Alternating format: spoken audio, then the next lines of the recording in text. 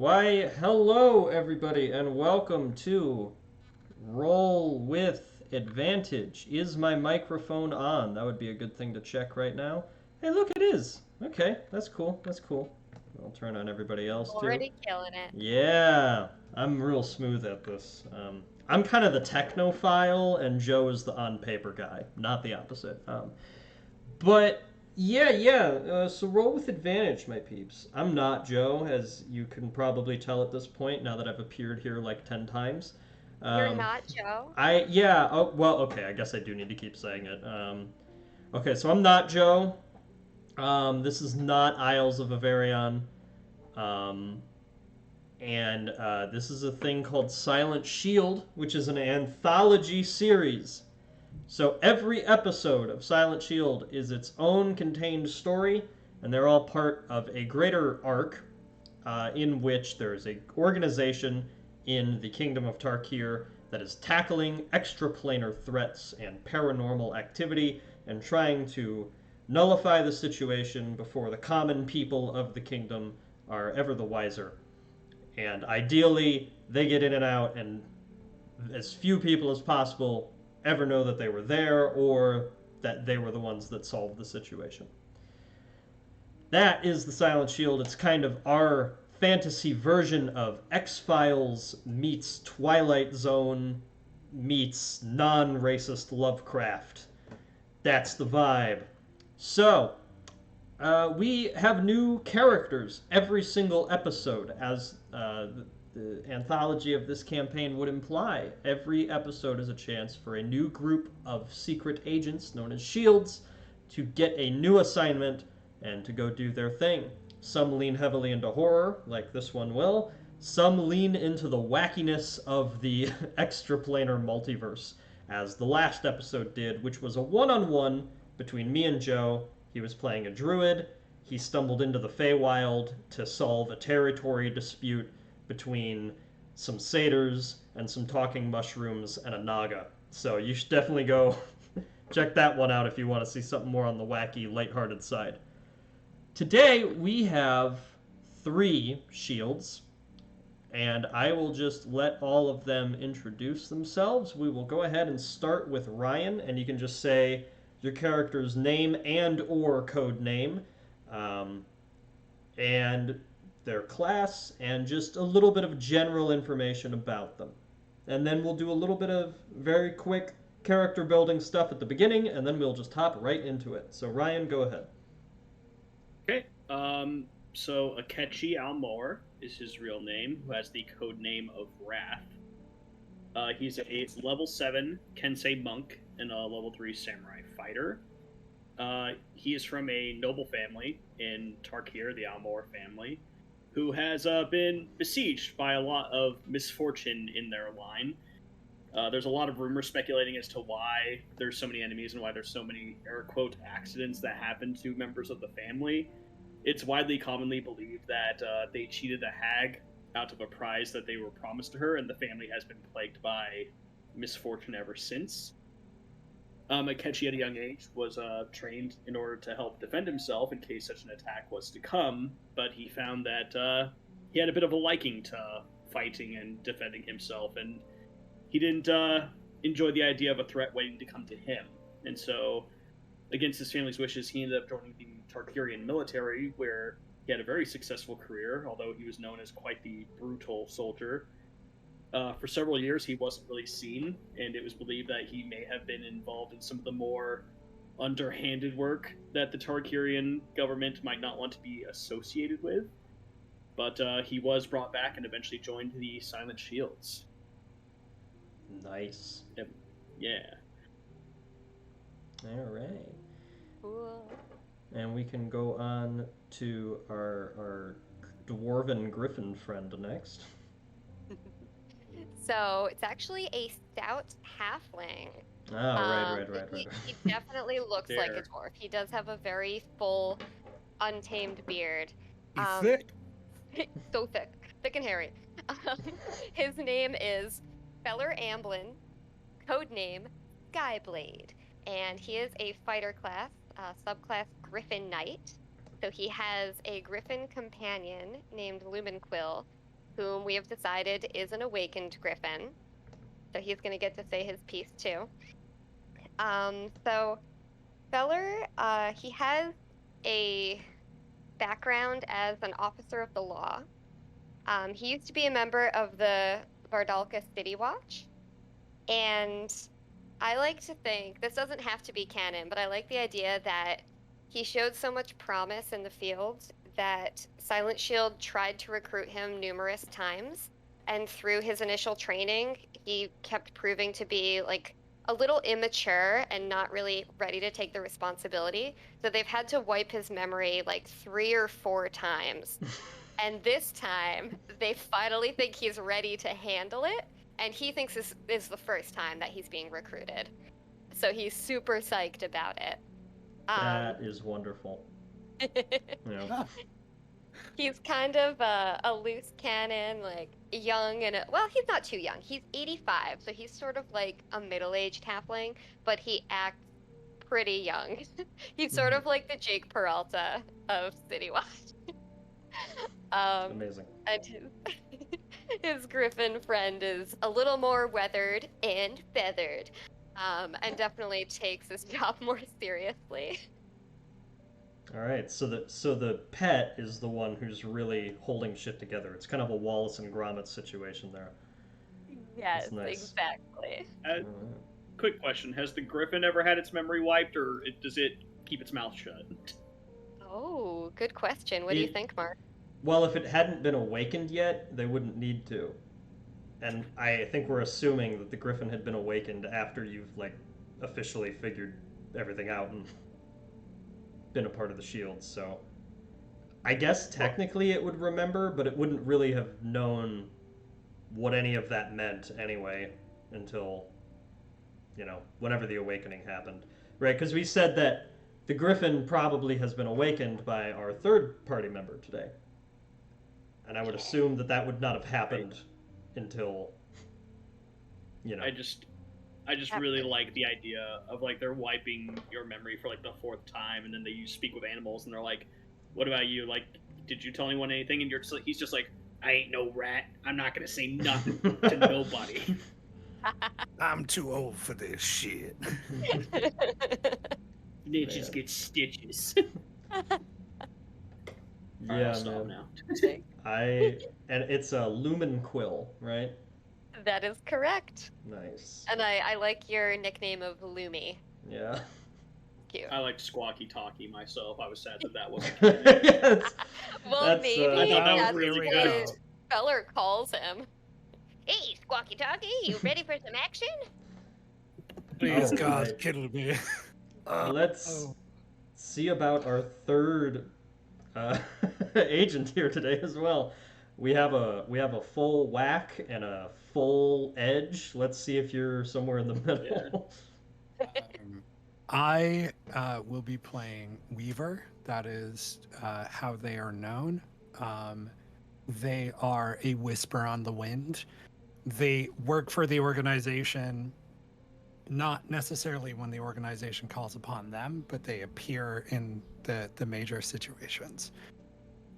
They hold within their luminous coat a feather from Lumi, from the first encounters that they had with them, running through the city after them.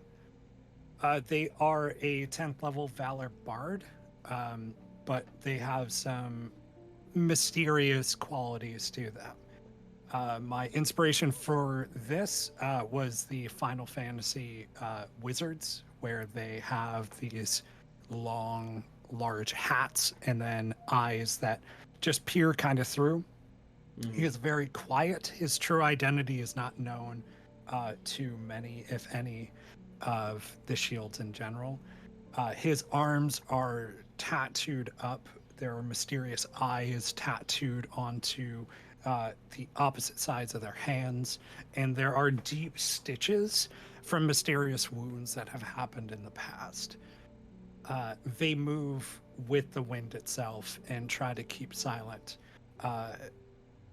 to the betterment of the shields itself. But they have ways of expressing themselves, and their true identity is something beyond beyond all this. All right.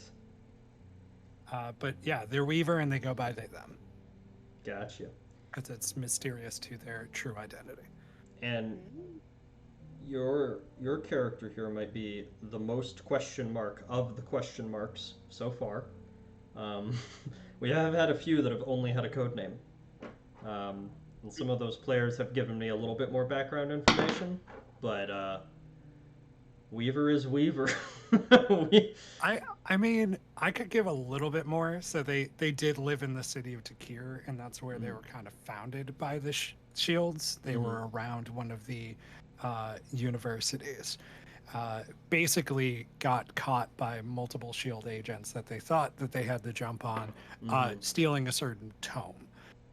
And the tome is of older, more ancient warriors who have lived their path, not of one of recounting their own tales and living for their own valor, such as like Beowulf wanted in his life, but for more of the modest heroes that did not seek fame. And his goal is to observe those silently and recount their tales without them knowing. All right. Yeah. That is quite interesting. So as Sorry, one more thing I forgot. Okay. Sorry, just one thing. Akechi is a wild hunt shifter. Good to know. That's all. Yeah. Oh, yeah, Mark of Passage, or Dragon Mark of Passage human for our boy Weaver, or our person Weaver. All right. Every month there is more and more source material I have not read, and that is okay. Literally all three of you are doing something I didn't know existed. But that, that's great. Yeah. That's It's the all part of beauty the of thrill. it. Expand the canon, my dude. I mean, listen, I as the dungeon master make shit up all the time. All the time. Lady Melina in Rising Ash, what is her class? It's not. She doesn't have one. She's something. Fun fact, Mark. Father Paraido is also a wild hunt shifter. If that makes you feel any better. A little bit. Yeah, that's cool to know. Oh yeah. Yeah. How long do we feel like all three of our characters have been a shield? This feels like a slightly greener group than we've had in the past. We've had like characters that are approaching elder years in a lot of the previous sessions. This group seems a little spry. What are we thinking about that? Yeah, I feel like Skyblade or Feller has just completed his training. This is like his first real mission. All right, so we have a complete rookie here. Bringing that back. Akechi, I think he's on like year 2. Like I think he's been around for a bit, but not anywhere near to the point of being a senior member. Like 2 or 3 years maybe. Robert Pattinson vibes. Sure. What constitutes like a senior member? Like, do shields live for a long period of time? And how does someone get recruited to be a shield? Well, so the recruitment process is detailed a little bit in that document. Yeah, I saw that. The general thing is it's quite a bit of rigorous mental and physical training that takes quite a while. And shields, you really tend to have like a good 5 to 10 years in you before something inevitably happens. The organization itself as well is only about 18 or 19 years old because it was formed in response to the invasion of Macavia 18 years ago. So basically, I think the literal oldest member that is still around has been a shield for 17 years, and they are an NPC. A few players have made characters that have been for like 14 or 15. And there is also the renowned Vivi, codename Trunk, who is a dragonborn woman in her 80s who retired a little bit ago after single-handedly killing a pit fiend. But she's technically not a shield anymore, but she would be like the longest one if she was still not, if she wasn't retired. So yeah. I was thinking Weaver would be 5. Okay. I think Weaver's been with the organization for a little while. Yeah. And like started as a bit of an like known associate and slowly actually became a shield. That totally makes sense to me. Yeah. Because I think they just kept on finding Weaver in places that was just way too coincidental. Yeah.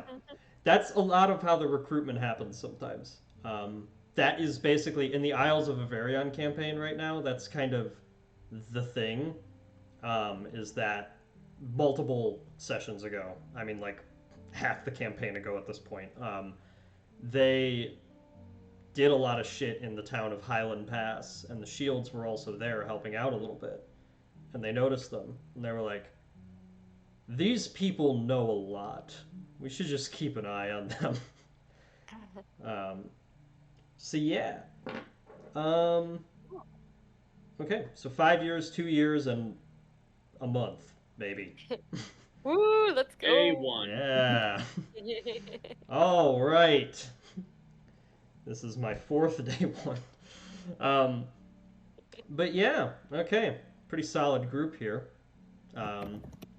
Let's go ahead and get into it. And that music just perfectly stopped. Wonderful. Ooh, Wonderful timing. Music. Good pat yourself on the job. Alright, we're gonna... I think I know what this one sounds like. Let's see. You may hear background ambiance from our cats as well. That is wonderful to know. Thank you. Alright, I'll drag you all to the balcony. Alright, and you're all gonna need to zoom out quite a bit.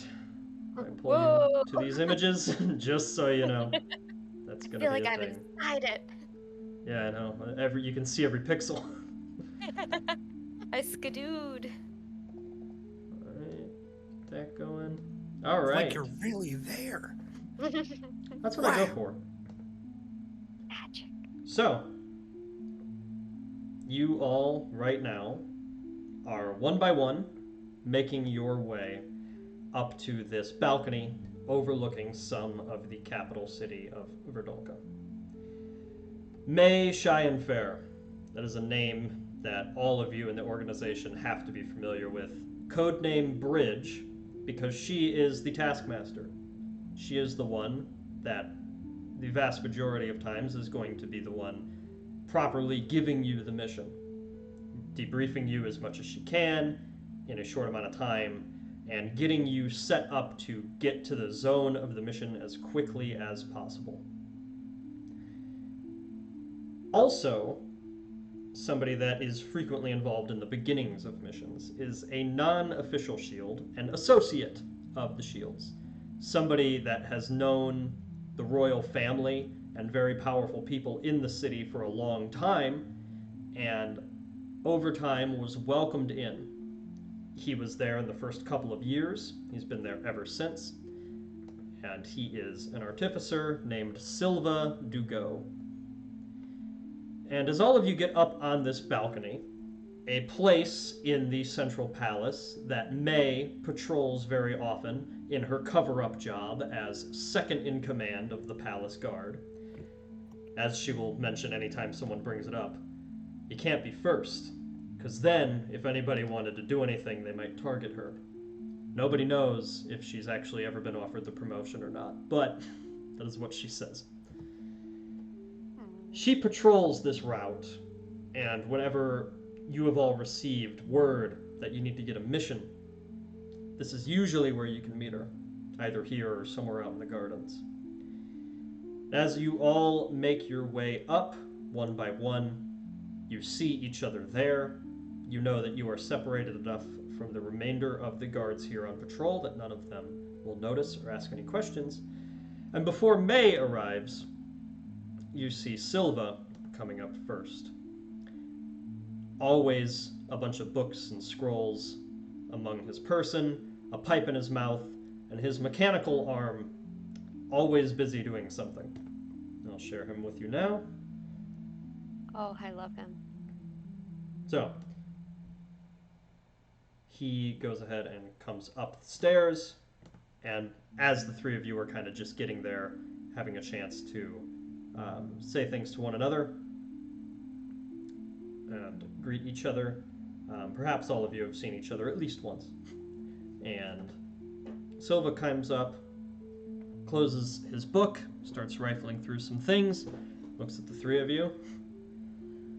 Well, if I had to guess, I'd guess that you're the three that are about to do the shady business. Alright, there's two things I'm supposed to tell Star you. for this guy. Right, well, this is going to be your first, isn't it? You know it, baby. I am ready. Right.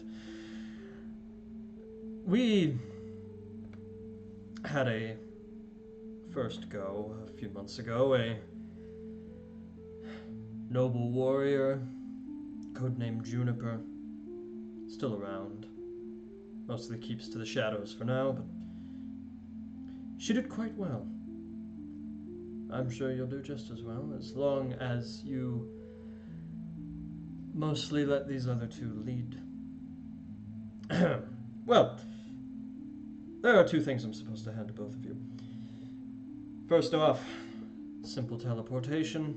No need to thank me, I whipped it up as always. And he just hands out a scroll, a single scroll that he will pass to whoever readily takes it. This will lead you directly to a tree line outside of the city of Wexany. Now, as some of you know, Wexany is a bit of a edgier place than the fine streets of Verdalka. I think the three of you will readily blend in. There's always somebody there doing something. Oh, and I need to keep some of this for other assignments throughout the week, but tell me now, would you prefer a good escape plan or a good persuasion? And he is going to slyly pull out two magic items. One is simply a vial of magical smoke that can essentially, if you pop the cork off, can act as a smoke bomb that gets really dense and can help you obscure a location or escape an area very quickly. And the other is just a small ring that has a piece of parchment with a couple symbols attached to it. And you have all seen some of these before. This is basically a ring that allows you to, one time only, succeed some sort of charisma check. Intimidation, persuasion, deception, or performance. And as you choose to do so, the magic channels through the paper burns and turns into ash. So those are your two options. A really nifty smoke bomb, or an automatic success on, and I will, of course, as the DM, feel that I need to say this within reason, an automatic success on some sort of charisma check. You cannot make somebody do something that they would never do, but... Sure. Yeah. Fair, fair. What do you guys think? I'm kind of leaning towards the ring. I feel like as a party, we're probably pretty good at escaping naturally, it seems. That's what I was thinking. Yeah, we all have good evasive stuff we can do. I'm good with either. Weaver will kind of look at both of them and kind of shrug their shoulder as their skill set is set for either one of those things. Ring it is. All right. He will reach out, this kind of pale hand with dark black fingernails polished up, take the ring, and then go over to hand it to Skyblade. Ah, Do I put it right on, or do I like put it in a pocket for now? you just keep it somewhere you won't lose it. I do think that is the best option, though. Weaver, on hearing "Don't lose it," will take the ring back and then hand it to Wraith. Rat. Oh, I was gonna give it to the Wrath, Griffin. sorry. Well, Yeah, Ketchy will just kind of give a quick nod and put it into his shirt pocket. Because despite the art, he is wearing a shirt right now. that's good to know. He's So not that there just can walking be a around reveal bare-chested later. all the time. Yeah, just for battle. Yeah.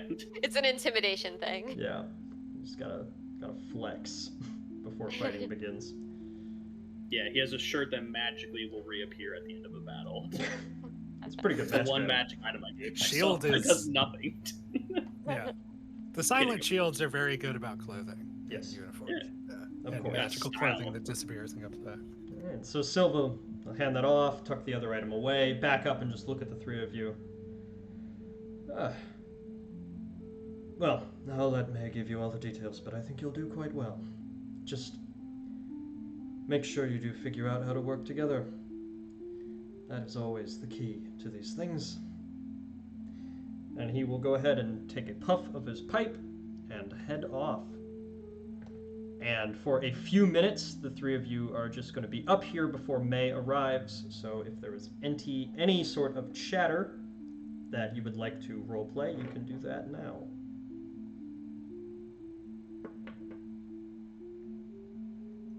So, you two have been on the force for a little while, huh?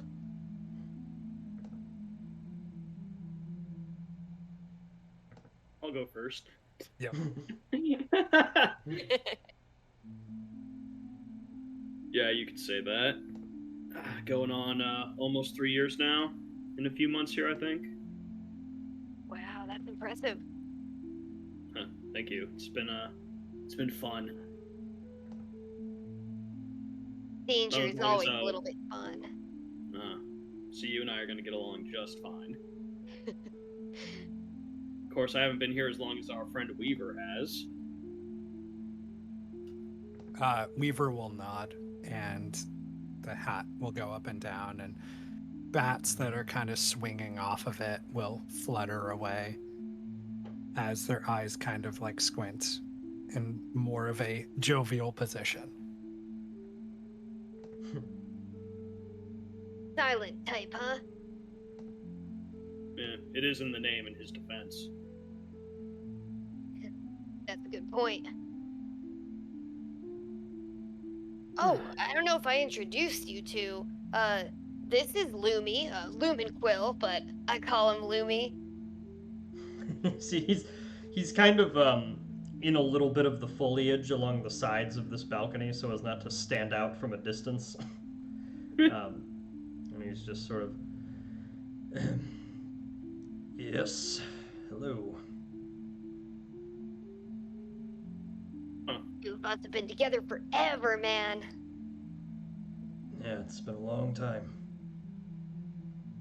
Can we all hear what the Griffin's saying? Yep, it's awakened. It knows common. Okay, I'm not familiar with Awaken, so I just Yeah. want to double check. Yeah, it Wow. has an intelligence of 10 now, and it knows common. Never met a Griffin that could be common before. It didn't start this way. This was sort of bestowed upon me. Ah. Well, I've always liked Griffins. Oh, that's Fierce good to creatures, know. nothing but respect. Weaver will glide over to the griffin and put out its hand, their hand.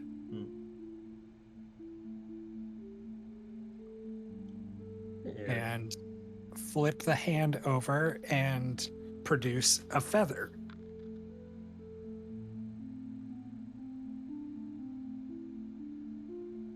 Yeah. You want me to take this one back, or? Weaver will nod and then just glide back to wherever they were standing. Yeah, sure thing.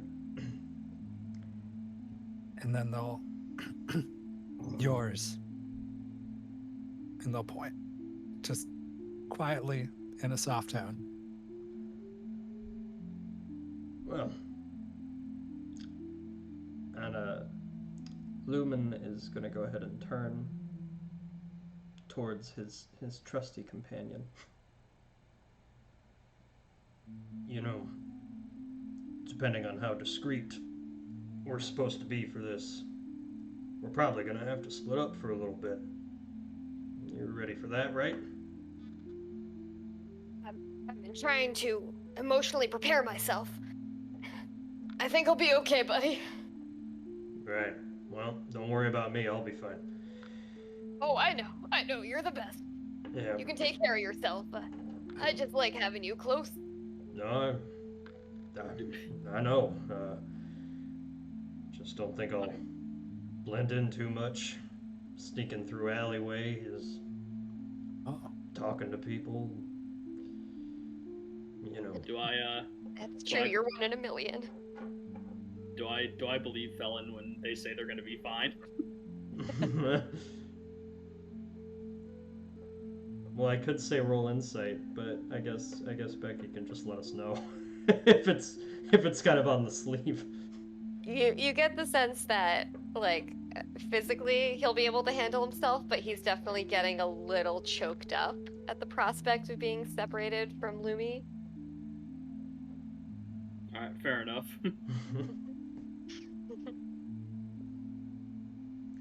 And right around then is when your break ends, as May does arrive. So she comes up, guard's uniform, arms folded, and as is tradition among the shields, she looks out across the balcony, and all three of you look away from one another, so that just in case somebody rounds a corner, it looks like all of you are not having a conversation about anything. Feller definitely is slow on the uptake on that, and once he sees everyone else does it, he goes, oh, and does it as well. Alright, so May will look over the balcony.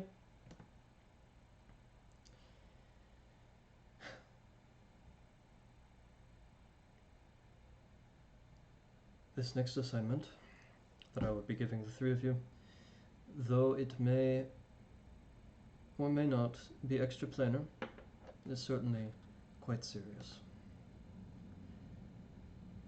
As Silva may have already told you, you are going to be heading to the city of Wexany.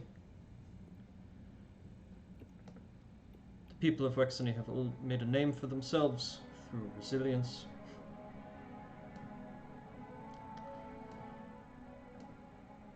And for this reason, it is my belief that the three of you, under the guise of common mercenaries, will not stick out too terribly. It is under this guise that you are to go to the city and investigate a killer. So far, 9 deaths to their name. As I said, it's hard to tell if anything extraplanar is happening here.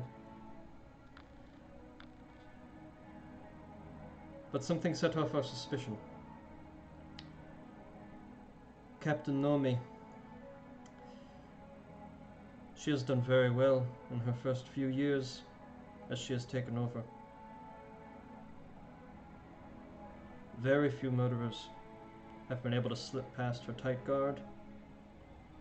Almost any that have committed a violent crime have been caught within weeks.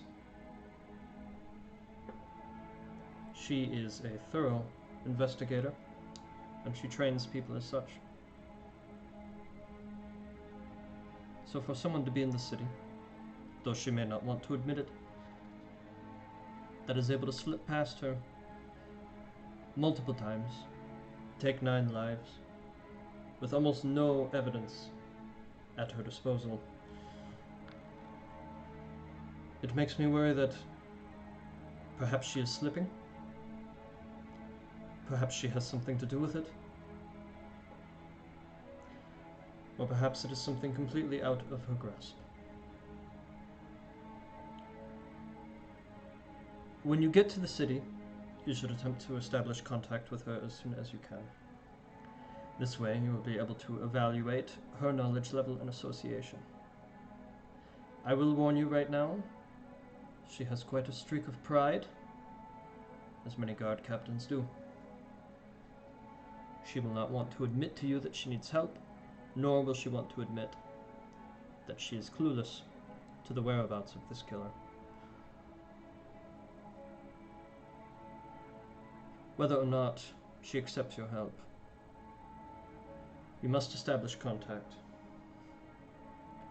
Afterwards, you are free to investigate however sees fit. If anyone asks, you are simply traveling mercenaries. Not uncommon in a place like Wexany.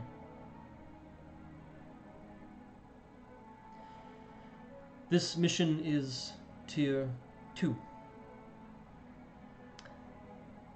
Simply put, if this continues to happen, it is unlikely that it will threaten Tarkir and its people as a whole.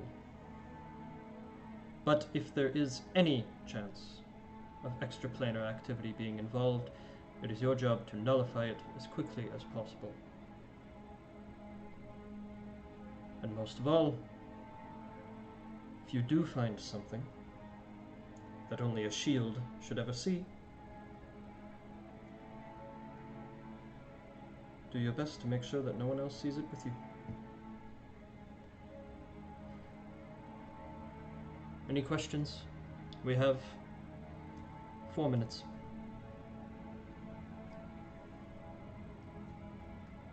Seems clear enough to me. This serial killer, does he or she or they leave any kind of calling card? Yes. It is the method of murder. Frankly, it seems so inhumane, I almost wish it were an extraplanar threat. They often don't find bodies at the crime scene so much as they find bones and innards. The skin and muscle is taken. Where it goes, we don't know.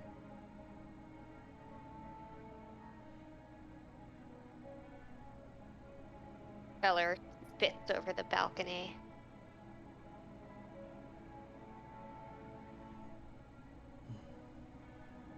Well, the great thing about serial killers is, on some level, usually, they want to get caught. And we'll be more than happy to oblige. Weaver will go forward and ask, who did they kill? It seems completely random. First, it was a couple staying in an inn. Then it was a small family in a farmstead. Most recently, it seemed to be the employees of a family business at a stable, I believe.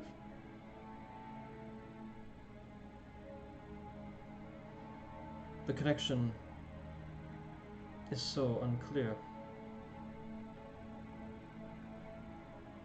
All we really know is the method of murder seems to be the same in all 3 locations. And no one quite knows how one would even do it.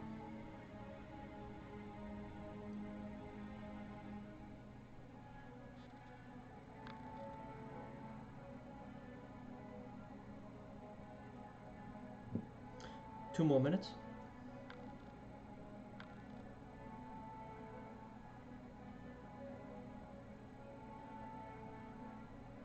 Why now?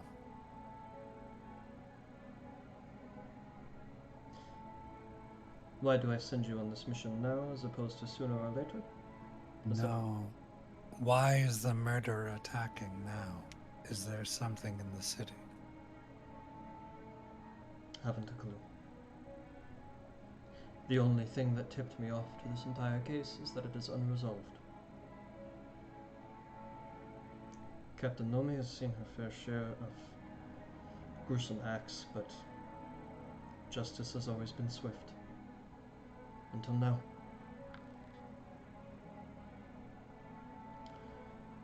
Should we find this killer? You want him alive or dead? If you find the killer and there is no extraplanar involvement, do whatever the captain would like you to do. If there is extraplanar involvement, dead, no matter what she says.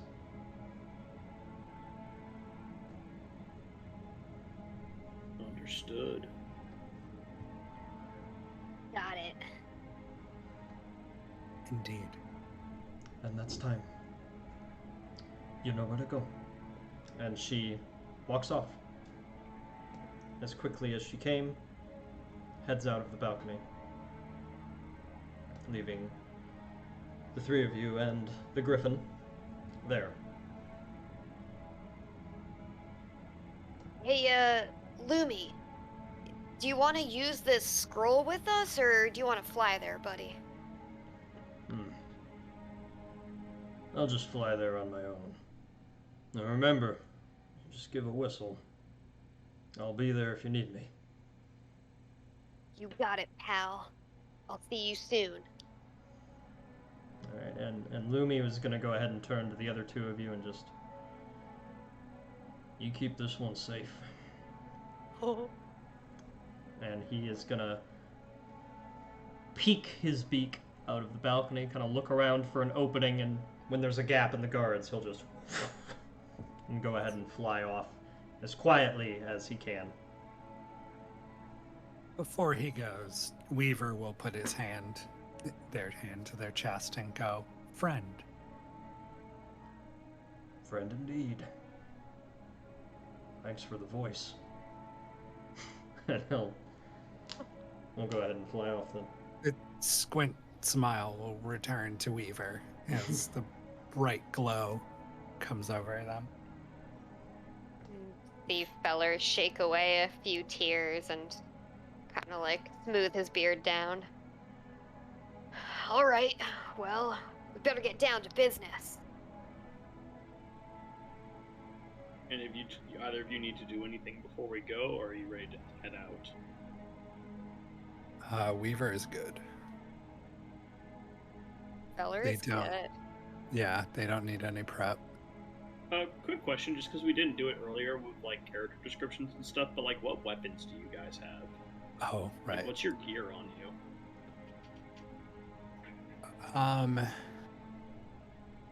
Weaver's like cloak kind of covers up most of them, but underneath, having heard stories, I'm sure, of Weaver in their connection to the shields, they have a longbow that is kind of underneath. There's a violin that they play. They have a shield and a scimitar, and a rapier that they use. Scimitar or rapier or both? A little bit of both. Okay. Skyblade likewise has a rapier and shield, and he's got a little crossbow. And a griffin. Yep. And again, wherever he will fit. And what's your armor again? Sorry, I didn't hear that. Mine or Weaver. I think we both have the same. It's both studded leather. Yeah, Studded studded leather. leather. Okay.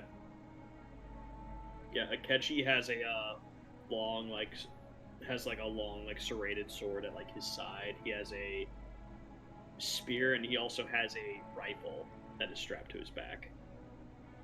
So cool. And it's just a reflavored longbow for anyone watching or wondering. That's all it is.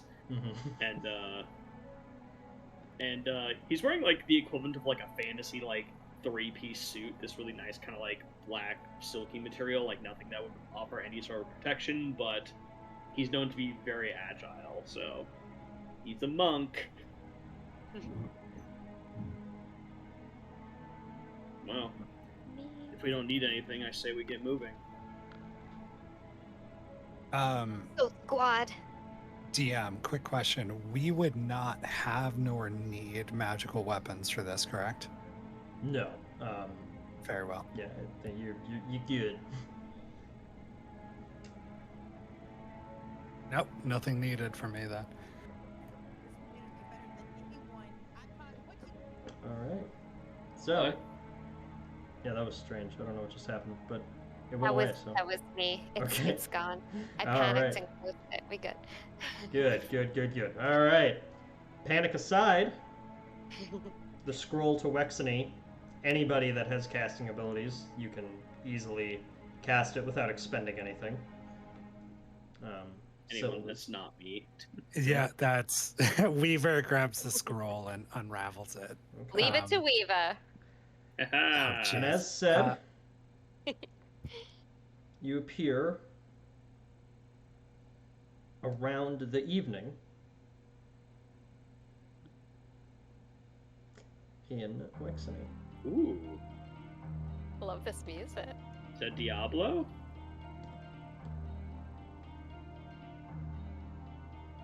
Or Castlevania, maybe? Oh, I like this art. Yeah, me too. This gives me, like, Yarnum vibes, which should worry me, but, you know. Gives me Riften vibes too. Oh, I can see that. Yeah, it's a little bit of a messed up portion of town. More of a messed At up least people town. are doing their laundry. Yeah, you know. People just living like normal in here. It's all good. Yeah. Yo, you gotta be on that grind. Okay. Got these black market sounds going too. Good there. All right. So you make your way in.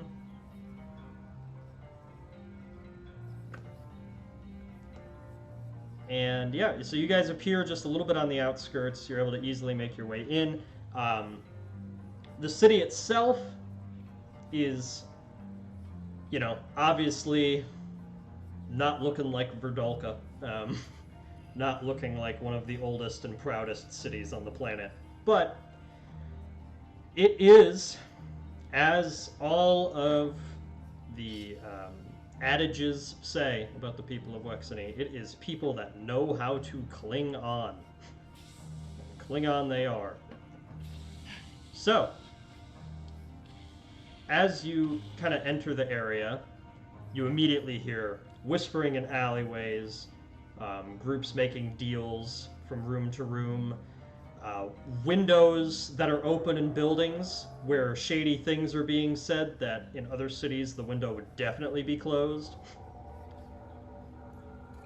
And whatever that noise is, that's around somewhere. Yeah. Dear God, I did not know that was part of this ambience, but that's okay. Just a That- couple dinosaurs Yeah, hanging there's out just here. probably a market for beast trading, we'll say, a few blocks away.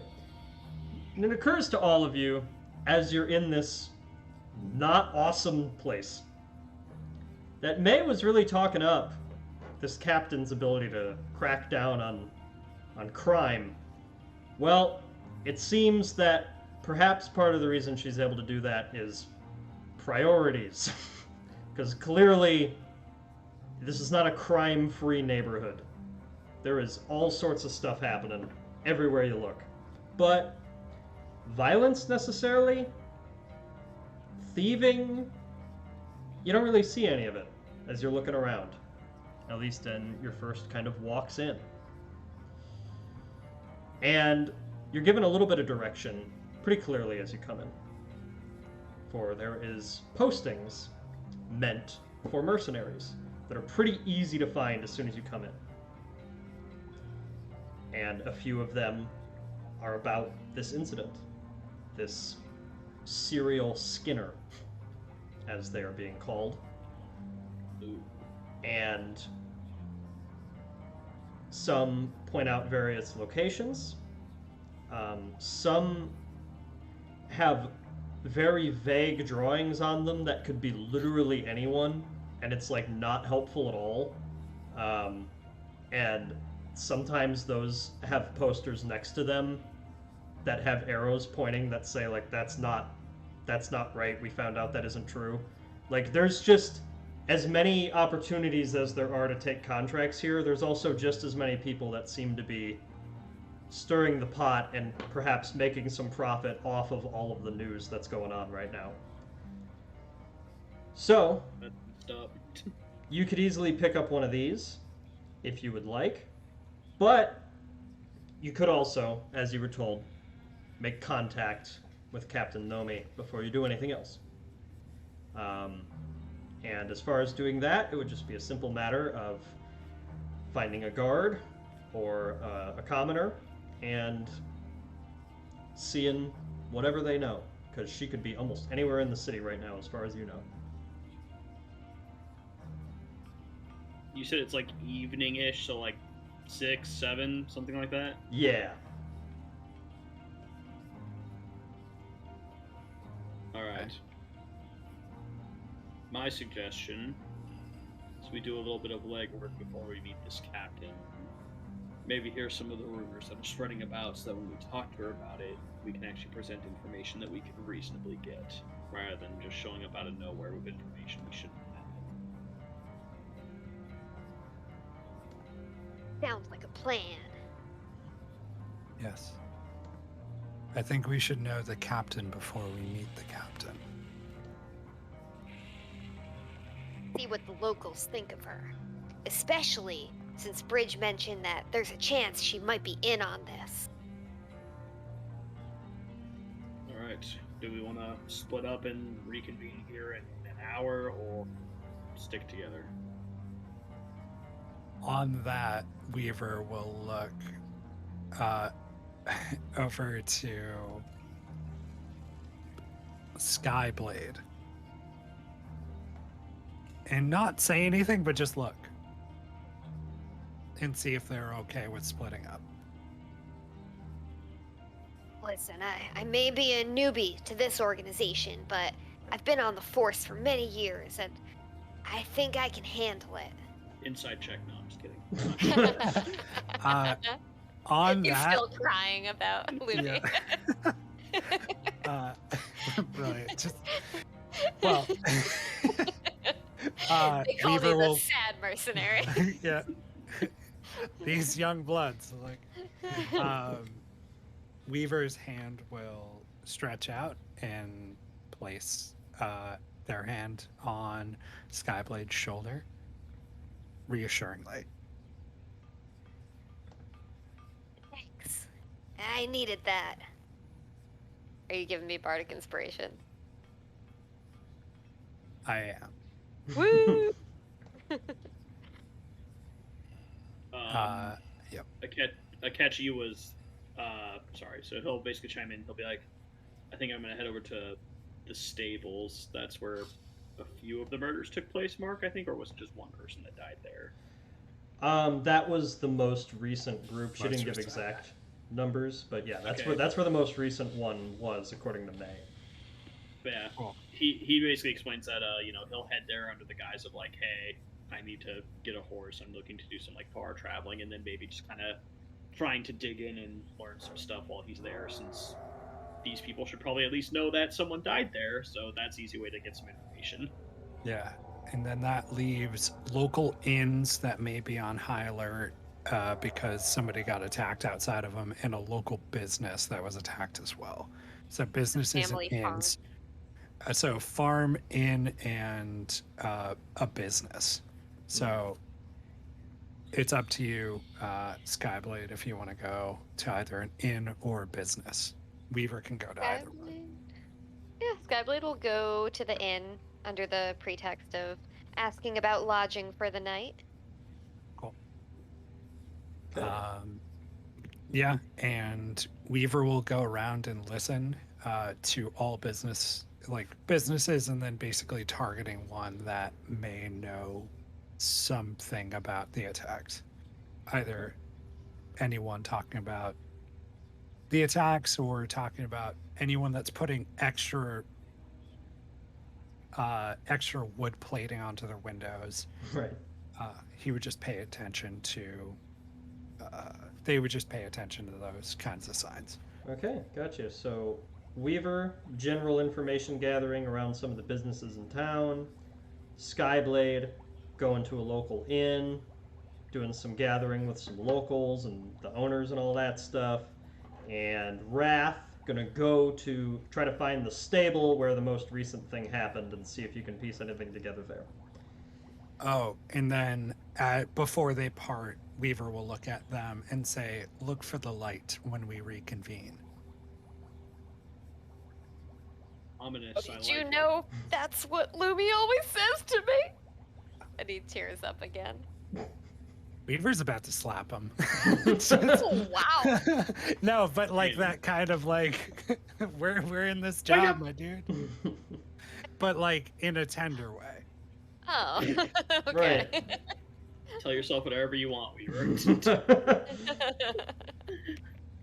Skyblade's great. All right. As Skyblade starts crying, and Ketchy just quietly slips away. Just being like, I will be of no help here. And as Skyblade sets out, he keeps an eye on the sky to see if there might be a distant silhouette passing across the moon. Okay. All right. Let's see who we're starting with. Random dice roll. The dice have decided Skyblade goes first. All right. I don't know why that's funny to me. It is a little funny. The noob. Okay. Pull that aside. Get some of these sounds going. Nice. Okay. So. Skyblade going to an inn. Do. Let us see what you learn at this inn. Get that going. Okay. Cool. So, as you kind of find one, push open the doors, you see that some people turn and look, but most people are kind of occupied with their own thing going on. Couple people kind of immediately look just to see if you're a guard or an official, and as soon as they register that you're not, they don't care anymore. Which is exactly what the Shields want from all of their agents, so, you know, good work. But you find that it's just sort of a simple place. Definitely old, but not necessarily worn down or grimy or not taken care of. Just an old building with not much pretentiousness to it. And as you enter, it is up to you if you would like to just kind of wander around, immediately talk to the owners, whatever you would like to do. Skyblade's gonna mosey up to the bar and raise a hand to get the attention of the barkeep. Okay. So barkeep will go ahead and lumber over towards you. They are just a very tall, broad-shouldered half-orc woman who's just kind of working between a few mugs right now, cleaning some things off, wiping down counters that have ale stains on them, and just, what can I do you for? Yeah, I'll just have a pour of mead for now. She'll just calmly get that, pour it out a little bit. Need a room? Yeah, I do actually. Yeah, I'm in town for a short span, and I've heard from the locals that this is the place to go. Really? That's interesting. You must have talked to one of my regulars. Now, More than likely. listen, I got 2 left. I'll just sell them by the night. It's just, Yeah, that works for me. that's about as involved as I get in this. Try running Oh. off with the key, it ends up being your problem with some of my people come back for it. You just keep that in mind. Not to worry, not to worry. I'm well behaved, trust me. Oh, I do have this weird quirk though. It's really a superstition, but I hate sleeping in any rooms that people have died in. I know it sounds weird given, you know, my background, so you can probably tell, travel with a rough crowd, but yeah, I don't like to sleep where someone's died. Huh. Well, you kind of get used to that here. You must be talking about what happened at that business a few blocks down last week. Yeah, I heard something about that in the rumor mill. Right, well, I can at least promise you I wasn't here. No. Ooh, that's a relief. Quite frankly, I haven't seen the new captain here in over a year. I'm pretty happy with that. As far as I'm Yeah. concerned, she only sticks her nose in places after the crime has happened, so I'd rather her not show up to begin with. Just a sign that trouble has happened. Huh, so, she's not very good at anticipating trouble then, huh? Hmm. I guess you could say that. At least not as far as I can tell. Now, don't get me wrong, she's doing what she can, but Wexany is Wexany. Fair enough, my friend. How long has she been captain, anyway? Oh, I hardly keep up with these things. 4, 5 years, maybe. Well, seems like she's been thrown right into the fire with all these murders happening. Yeah, the most concerning part is it's the same person. See, normally, you kill someone in Wexany, one of their friends kills you the next day. The fact that this person's gotten away with, I think it's up to 9 now, it has people rattled.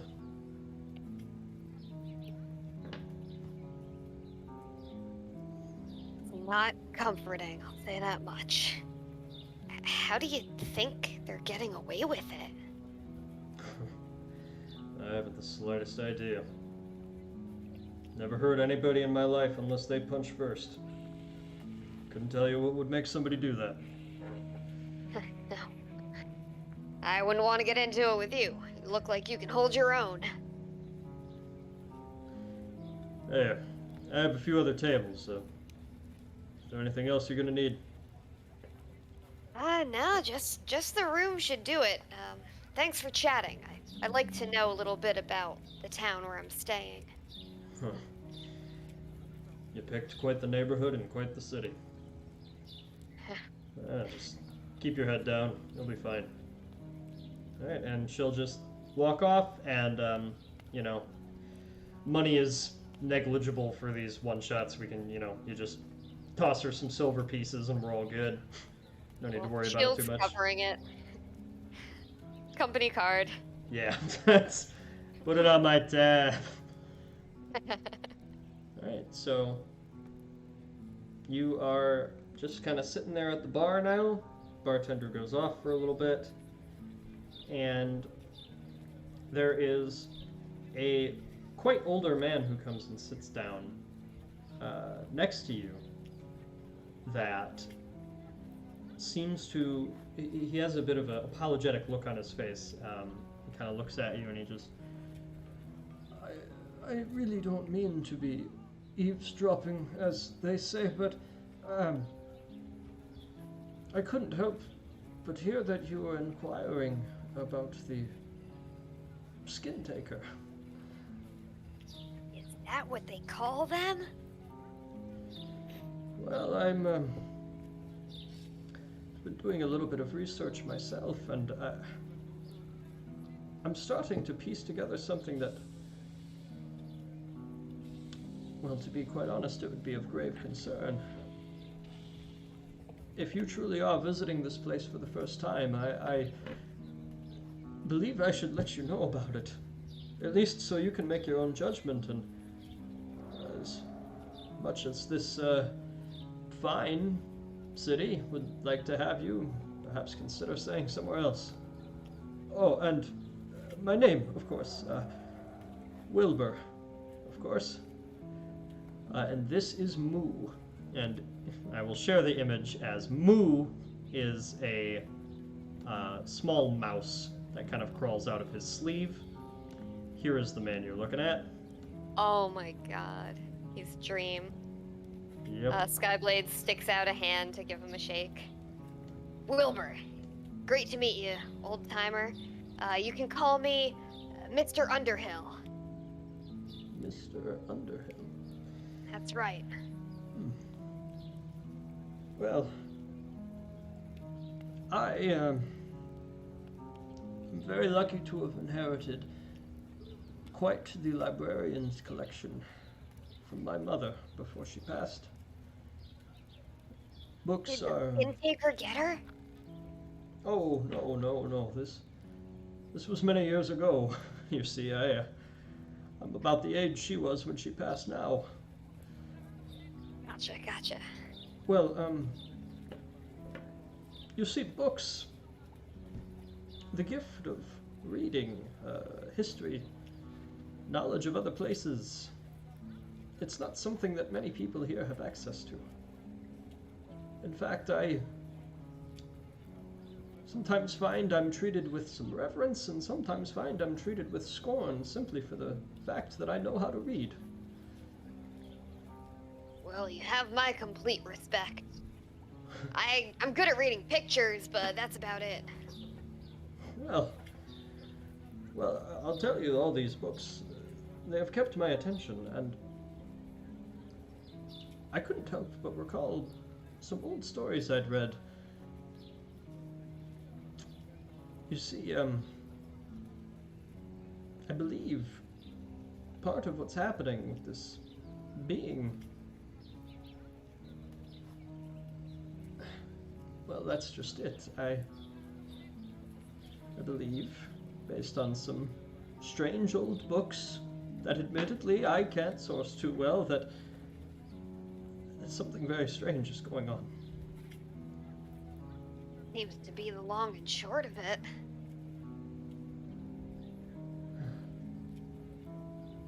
And he'll sort of look around a little bit. Do you care to hear what this old man has to say? Please, I'm all ears.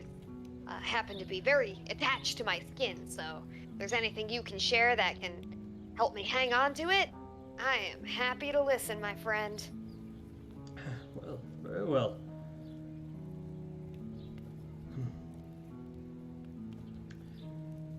It all started to click for me when I found this old book about undeath. And we're gonna pin that scene right there. Ooh. And we're gonna go ahead and cut across the city to see what nice Weaver is up to. Okay, so Weaver walking around some of these businesses and such. Go ahead and just roll a perception check for me just to see how much you're able to overhear.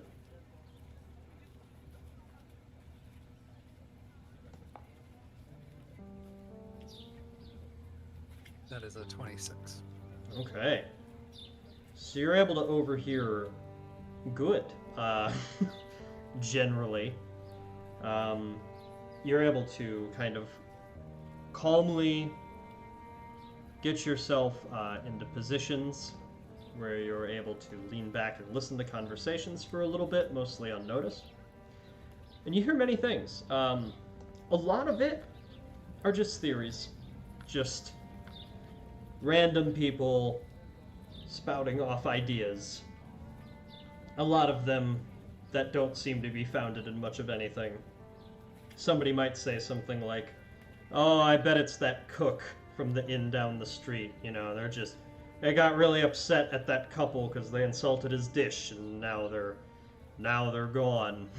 And like, it's just random assertions like that don't seem to follow too much rhyme or reason. People spitballing. You see a couple instances where parents are trying to encourage their children to stay inside and take the situation more seriously without necessarily telling them the full details of what is happening.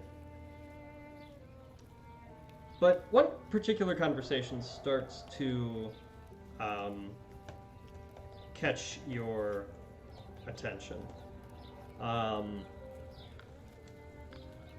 You hear sort of a hushed, frantic voice of somebody just saying, "Are you sure there's no connection at all? Are you sure it's nothing? Because I know it's been scattered, but that was my sister, and I don't think..." And then more of a stern voice in reply, "If anything is found, you will be informed. Now please, I must go. I have to investigate the stables again." And after that brief conversation stops, you see a somewhat well-armored, no-nonsense guard walk off and kind of just make their way past you. Do you want to just keep listening, or do you want to engage? Weaver is going to engage. Okay. They're going to cast Disguise Self. They're going to look like a more gruff looking humanoid, somebody, by looking around, someone that would fit in. Mm-hmm. Their clothing will match more of a laborer of some sort. Mm-hmm. Someone who works either in the farms or fields. Someone that has the expression of looking like they need a drink. He'll Yeah. remove his hood and his hat and take on that form. All right. So you start to approach with that form, and this guard just sort of stops a little bit abruptly.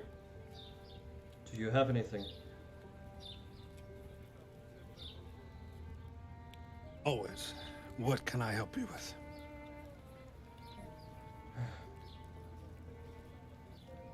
I mean, information on the case. Unless you have a report, I really must be going rather quickly. I do.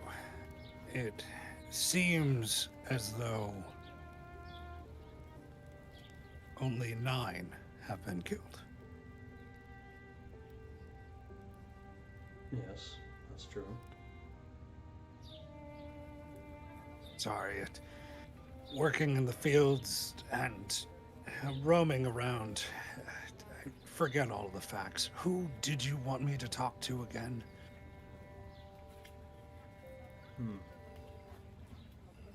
She's just gonna be studying your face a little bit, Damn it. and kind of kneel, not kneel, but just bend down a little bit and looking a little closer. Does this person fit the description of the guard captain? They very well could be. You've seen a couple of guards, but their armor is not necessarily flashier, but it does seem to have some colors on it that are a little different from some of the others, but that's really the only indication you have right now.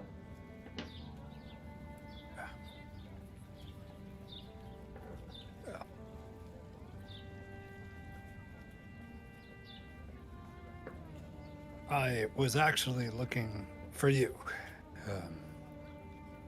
I kind of got lost and need redirection. Sorry. Long days in the field. It seems like it. All right. Well, it really is in your best interest, at least for tonight, to be home if you can, and be among a group. Do you have anyone at home you can be with?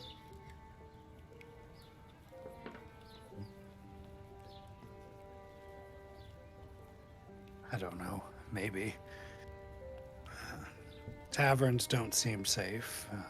Farms don't seem safe. What about you? Is there going to be guards in the city, or is anyone outside of the city gonna come? We don't need outside help.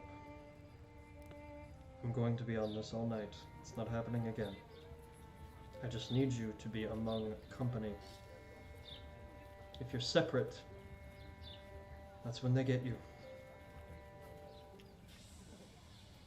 They.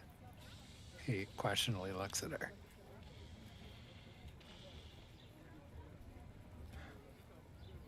Are there multiple?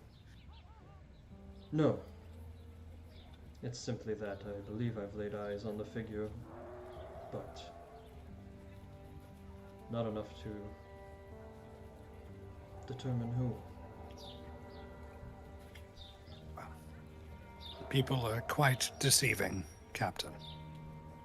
And he will remove his disguise self and go back into his regular form.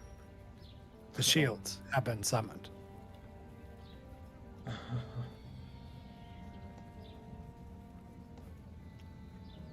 I don't need this. And I will now share the captain here.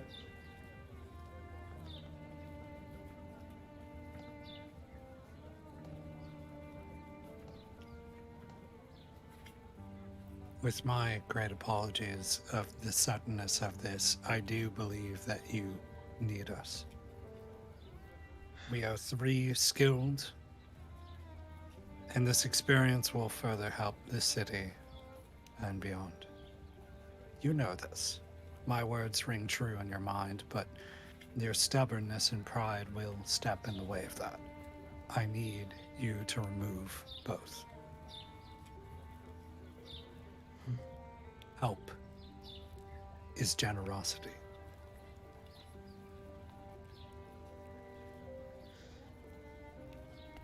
Wexany has done well these past few years because I've manned this ship myself. We've tried to receive help from the outside. Funding, guards, patrols, programs. All from a capital that doesn't understand what its kingdom is like here. Wexany is not Verdolka, and you are from a Verdolkan organization. I don't have any reason to trust you more than I would trust an out-of-touch politician. Now, when you say you're going to provide help, are you providing supervision? Are you going to take legal right away from me to do whatever you would like in my city? Or are you actually planning on working for me?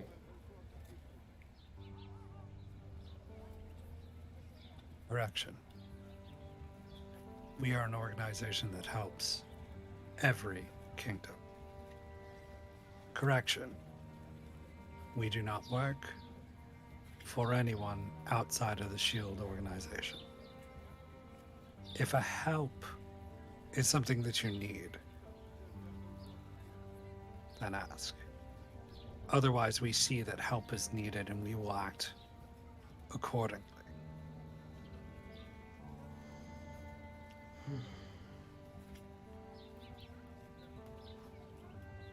We do not listen, but We do with what our best judgment is prepared to do.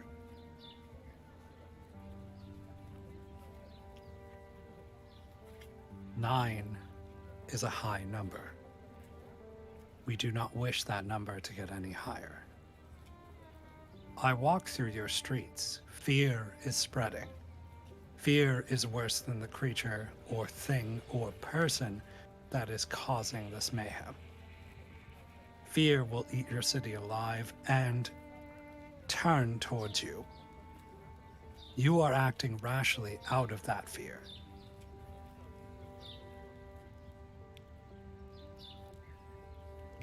Please, I ask that you allow us to help on our own terms. All right, and go ahead and roll either persuasion or intimidation, whatever flavor you would like. Very much just persuasion. That's an 18. Okay, 18. So she looks like you actually rolled perception there. Is it the same? Oh, whoops, my apologies. Persuasion is actually 2 lower, so it would be a 16. Okay, we'll just keep that 16 then. Okay, and all right. So she just.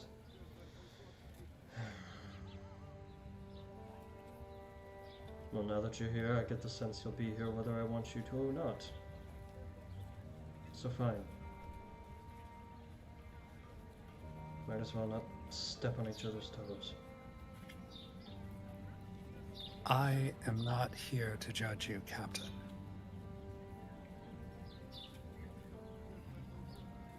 It's that simple.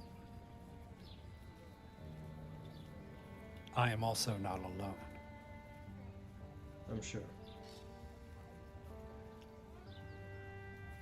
Soon. He will hold up his palm, grab his sword, and cast light on it, and hold it above him. Soon. You'll meet both of them.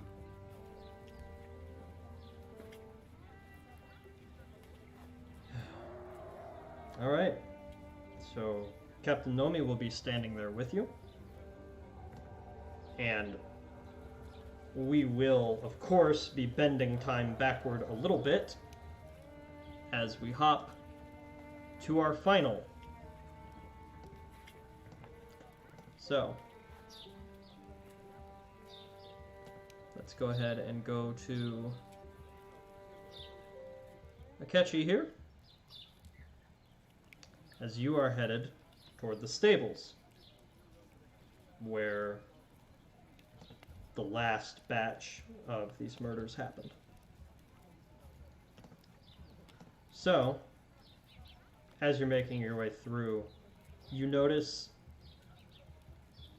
the crowd kind of thinning as you go, and just turning to a bit of a dull rumble behind you. Mm-hmm. And eventually you reach the stables that are definitely it, because they have been warded off, it looks like. And though there is no active guards standing in front of it or that seem to be patrolling the building, there are clear signs that this has been roped off for investigation. And as far as you can tell just from a cursory glance and listen from the outside, it seems like nobody is there right now. You hear the sounds of a horse or two from within, but that's it. Alright. I mean, Ryan trusts you, Mark, but Akechi's going to double check that just to make sure there's no one about, and then he will try to stealthily approach to see if he can find a way inside. Alright. No, I mean, first off, don't trust me. It's okay. But, yeah, you can go ahead and perception real quick, just to see if you are hearing anything. Not my strongest, but let's go. Alright, 9. Hell yeah. 9. 9. Yeah, you do hear horses, and if there is anybody there, you don't hear them. You think to yourself, maybe they're muffled out by the other sounds, but I'm not hearing anything.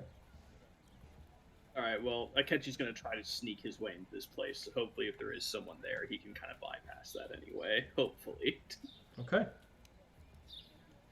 So here you are, using your shield privileges to sneak into this crime scene. Hey, the shield are felt, they're not seen or heard. Absolutely. You know the shit. Yeah. In, out, no one knows. Unless So. we blatantly tell someone we're here. That one is a little much. Whoops. Did not mean to. Okay. I mean, Akechi knows he didn't do it, so he can't trust anyone else. But he knows that he's not the murderer, so he trusts himself. That's only fair.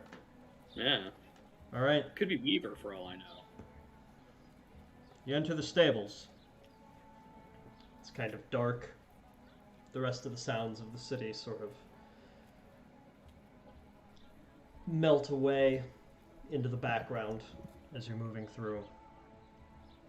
You see, in this somewhat spacious building, there seems to be 2 rows of stables, as they are called, where the horses are being kept. It doesn't appear that they've been tended to in a little bit. They're doing okay, but troughs are kind of empty. Their areas are not clean. Hay and shit kind of all throughout. Mm-hmm. And you see a loft above, and there is a second side passage that looks like it just leads to like a front area, a sort of office, a personal space a little bit farther back. It's pretty open and spacious and has high ceilings, but it's certainly not the biggest or most impressive building. Specifically, Akechi's going to be looking for the signs of like where these attacks took place, because obviously this place is like roped off for a reason. Mm-hmm. So he's kind of hoping that there's still some sort of investigation or evidence to be found. Right. So, as you walk a little bit further, keeping that as your primary focus, do you want to check out the side of the building first, or check out where the horses are first? Let's check where the horses are, since they're like right in front of me, I guess. Okay. Just kind of walk through. The horses don't seem to pay you any mind for the most part. A couple of them let out small puffs of air, but other than that, they're sort of just minding their own business. Mm-hmm. And you do see one empty stable that immediately catches your eye, because you see a couple of bones in it.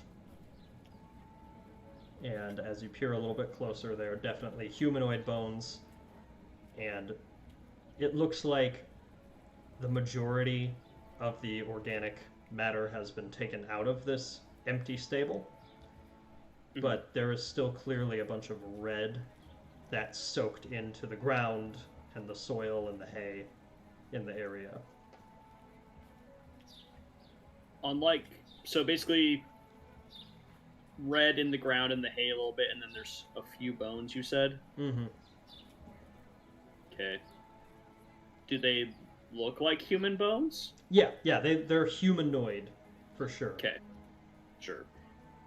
And then looking at them, is Akechi able to kind of do any sort of thing to tell if these are like was the flesh like ripped off? Like, was it, eaten? Was it carved off with a knife? Is he kind of able to tell like what happened specifically? I mean, not specifically, but in general, Right. kind of did. If Go I roll a ahead. high enough investigation, will you tell me who did it? No. I say for this, actually, let's go ahead and roll medicine. Okay. Hang on, I just need to double check something because I might do something here. Do something? What do you think this is, a game? Yeah. Okay. So here's what I'm gonna do. Actually, Okay. before he does that, he's going to shift into his bestial form, because in his bestial form he has advantage on wisdom checks. Okay. So he's using his, nature senses to try to get a really good idea of what exactly happened to these bones. Nice. 2 1s, 2 1s, 2 1s. That's Pretty good. Yeah, 22. Okay. So, you let the more animalistic side take over,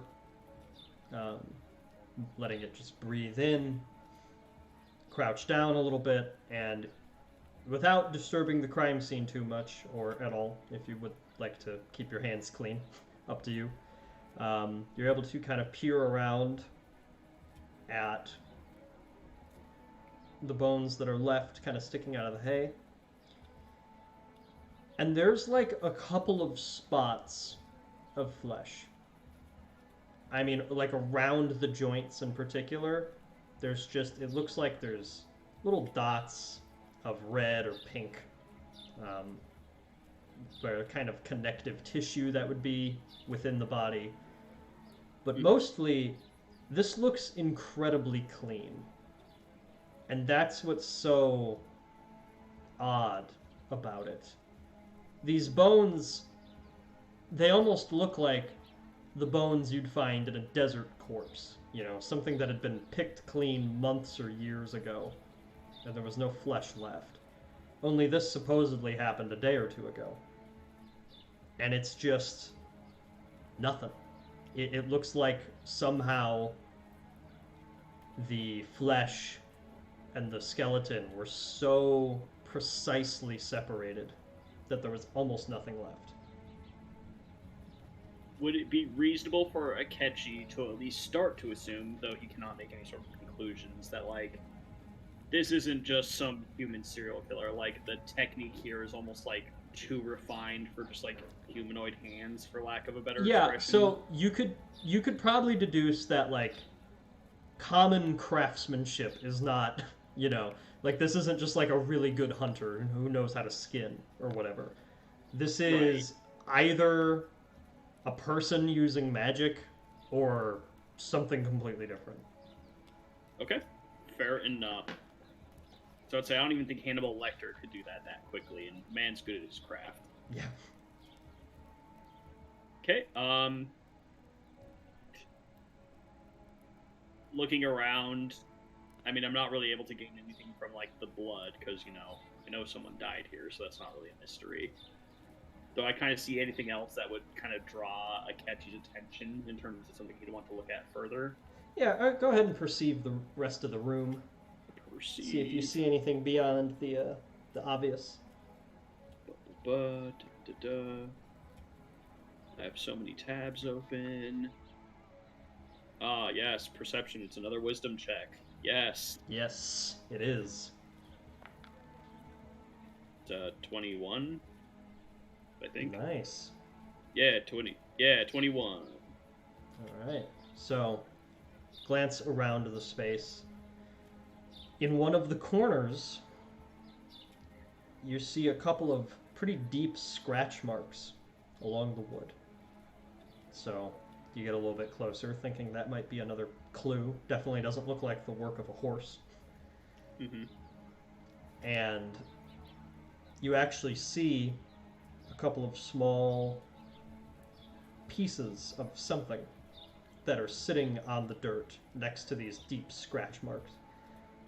And as you sort of put your hand closer to them, you're able to see your own fingernails and the texture of these things in the dirt. And it looks like bits of somebody's nail that broke off at some point. And as you look a little bit closer, you can see the horses have mostly stamped it out, but it looks like you can almost see it in your mind's eye. There's the scratch marks on the wooden post, the broken off nails, and struggle. Humanoid footprints and drag marks that kind of go across the ground a little bit. And then they seem to lead toward where you saw the bones. Okay. And like kind of looking at like the nail marks, like you said like those appeared humanoid, so I can assume it's like the victim. Mm-hmm. Okay. All right. I think Akechi feeling satisfied with what he's learned here. Because I mean, like you mentioned, I saw like footprints, right? Yeah, it looks like they weren't noticeable at first because the horses had kind of hooved over them, but yeah, it looks like as they were being pulled, there's kind of like deep, almost like heel prints more than the full boot.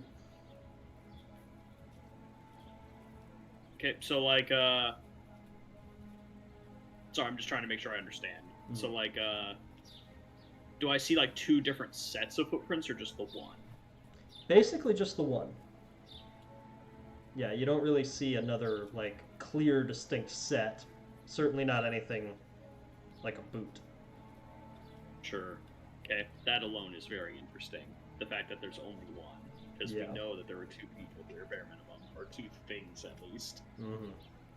Okay, I think feeling satisfied with what he's learned, Ketchy will head to the side of the house, or the structure, the other area. Okay. And as soon as you round the corner, no checks necessary, there is more immediately clear evidence. And more recent, it seems. You see a very clear print on the dirt. Something that you didn't see anywhere else in that other room. Something that perhaps had been already trampled over. It's pretty faint, but there are a couple of prints right toward the entrance that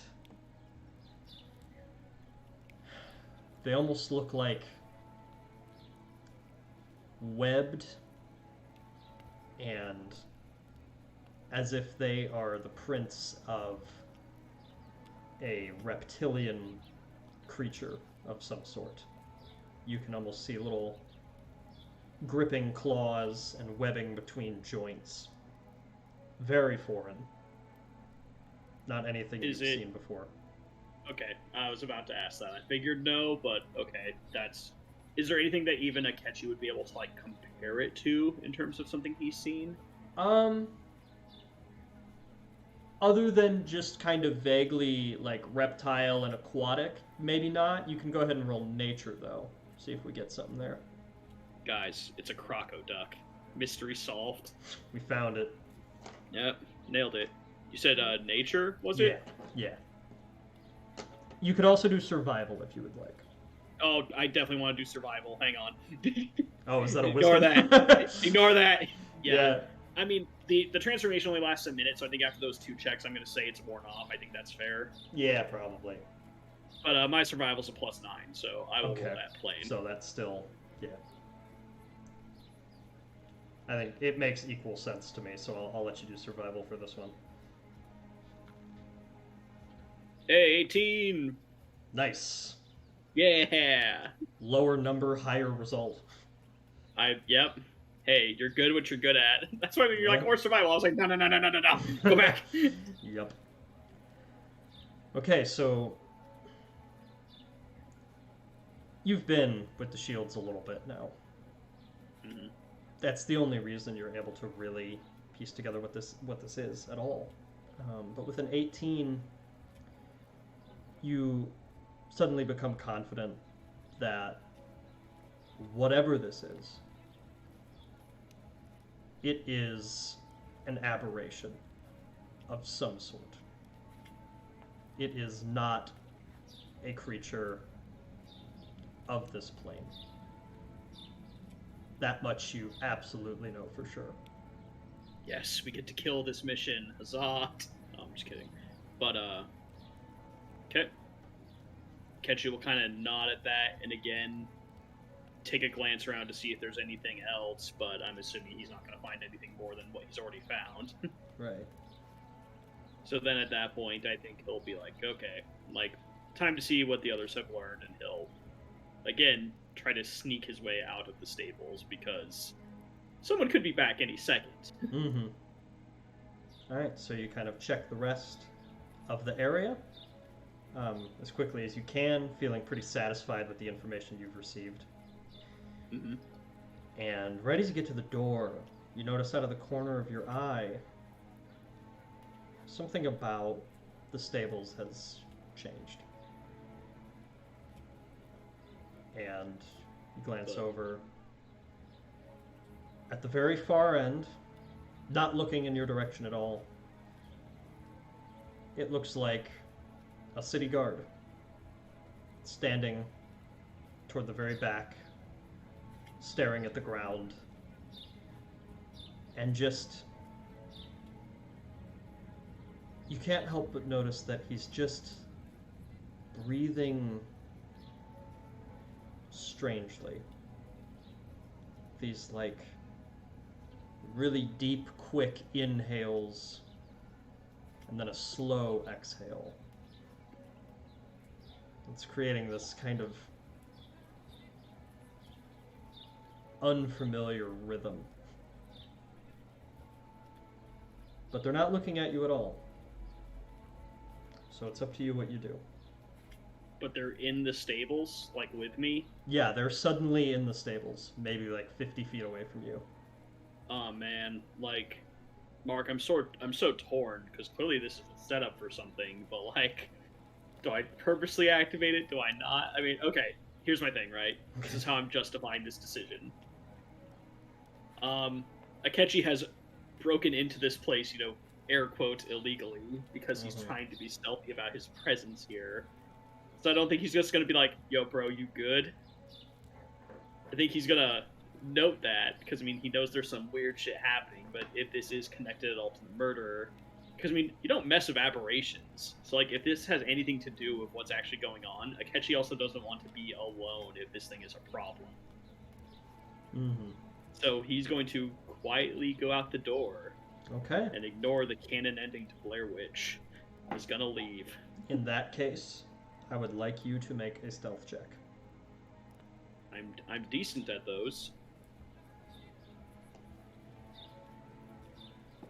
Yeah, 26. Okay. If that fails, well, damn. With a 26, you very quietly press the door open. You don't see the figure look your way almost at all. And you're able to slip out. And you're able to slip out so well that not only does anybody see you on the outside before you're able to adjust your posture and look inconspicuous, Walk casual. you're fairly confident that whatever the hell was going on in there didn't notice you either. Right on. And Akechi will make his way kind of back to where the group split up originally and looking for a potential light. Right. Okay. And now, we'll say a couple minutes before the light hits the sky, right around the same time Akechi is getting out of there. That is also the time that we will cut back to Wilbur as he is starting to explain to the best of his ability some things he's found. So What is Moo doing while Wilbur is explaining? Moo is mostly just sitting on Wilbur's head and just kind of cleaning off their face. That's about it. Cute. And so Wilbur sets down one of their books and again takes kind of a glance around hoping that no other people are listening too closely.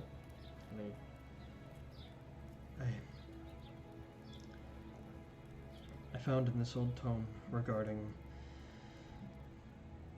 the undead. It's well, it's quite an awful thing, but legend has it that sometimes when one's death is gone askew, perhaps they didn't quite die before they were brought back. Perhaps they were traveling between two planes of existence and passed away in the cracks. Sometimes a piece of their spirit gets separated and twisted, and it tries to find them again.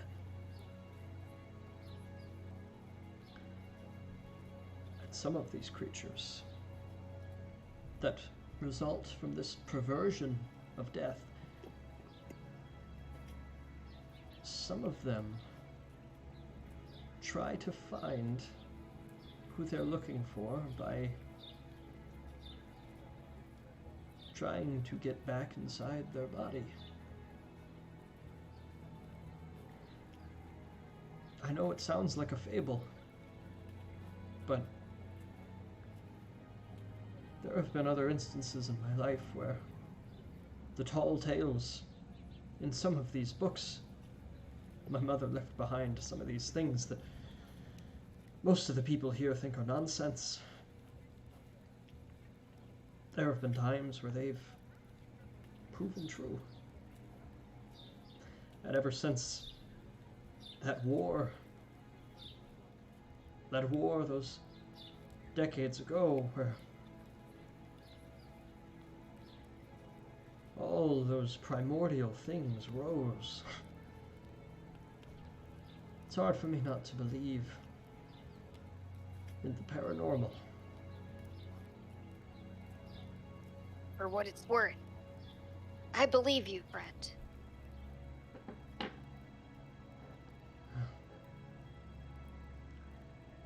Question is just what to do about it. Only there was some highly skilled secret organization that could intervene at a time like this.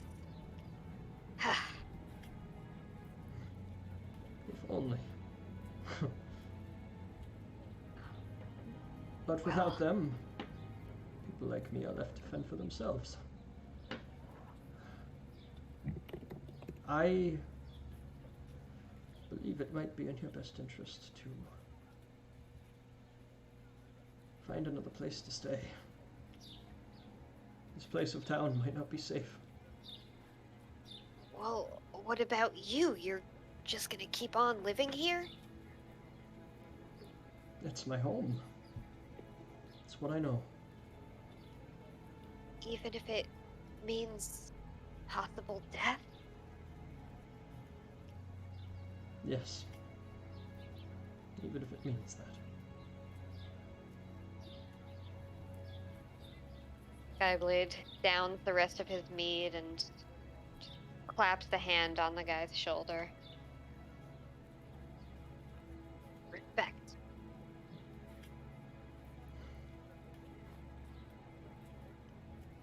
Well, maybe it's best I take your advice and move along instead of spending a night here.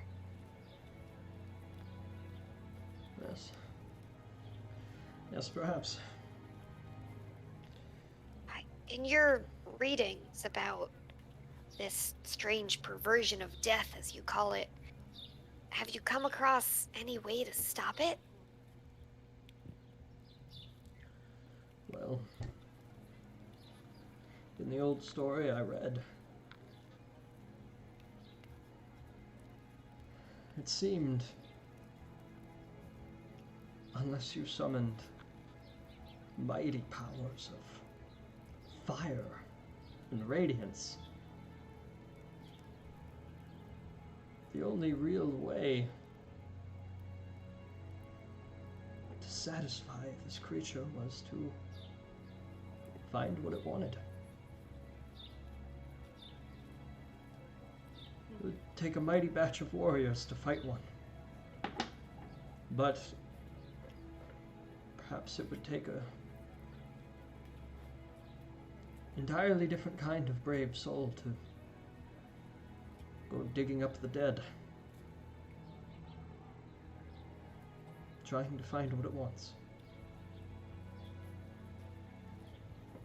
Well, sometimes when doing what is right for the greater good, that bravery comes naturally.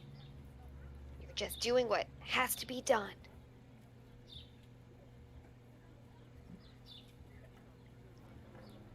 If we're lucky, maybe someone will do that. We can only hope. I don't know that the captain would care to hear any of this. It seems like she has her own methods for dealing with it, but seeing that there's now been, 9 killings? Doesn't seem like they're very effective. Maybe if someone were to share this information with her, maybe she'd change tack.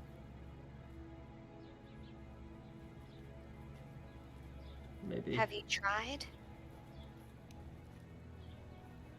Well, I haven't really been able to establish contact with her.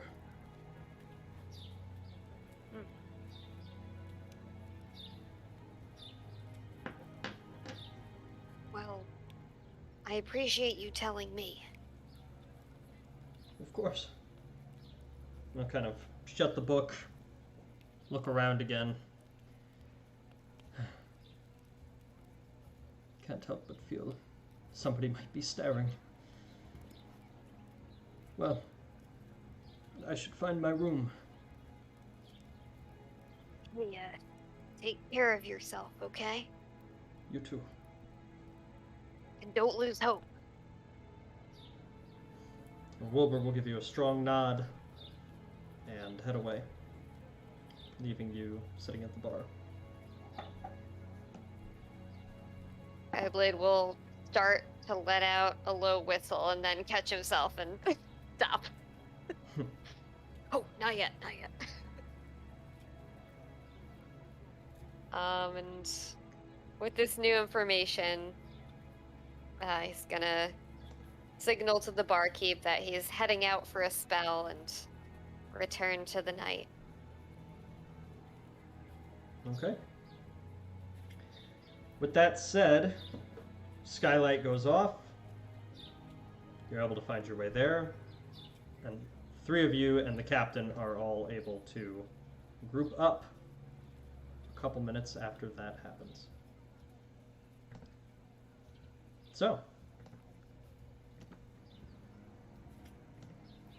the 3 of you all here with the captain. She has found Weaver, as you were all kind of waiting. She has found a table at a very low frequented establishment for all 4 of you to sit at, so you're a little more out of the way and not drawing too many questions and attention from people as they are passing by. Now all 3 of you sit before her. Look.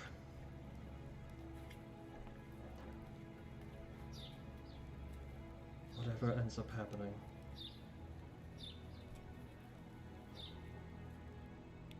I would like the person responsible for this handed to me alive.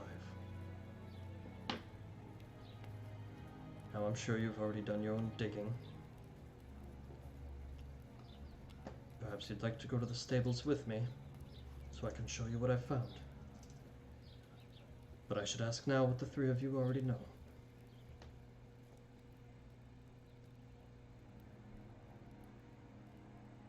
One second.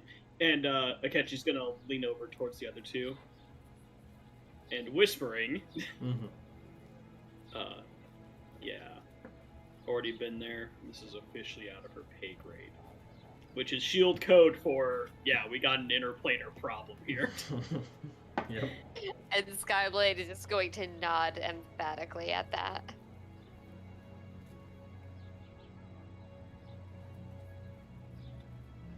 Weaver.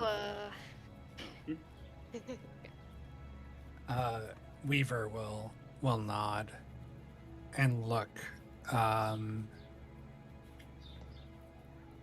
at the captain, understanding that this knowledge changes everything. Mm-hmm. He will whisper back,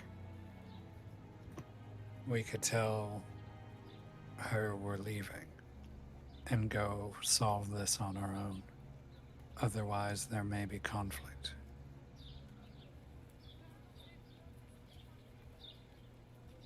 Ring? Question mark.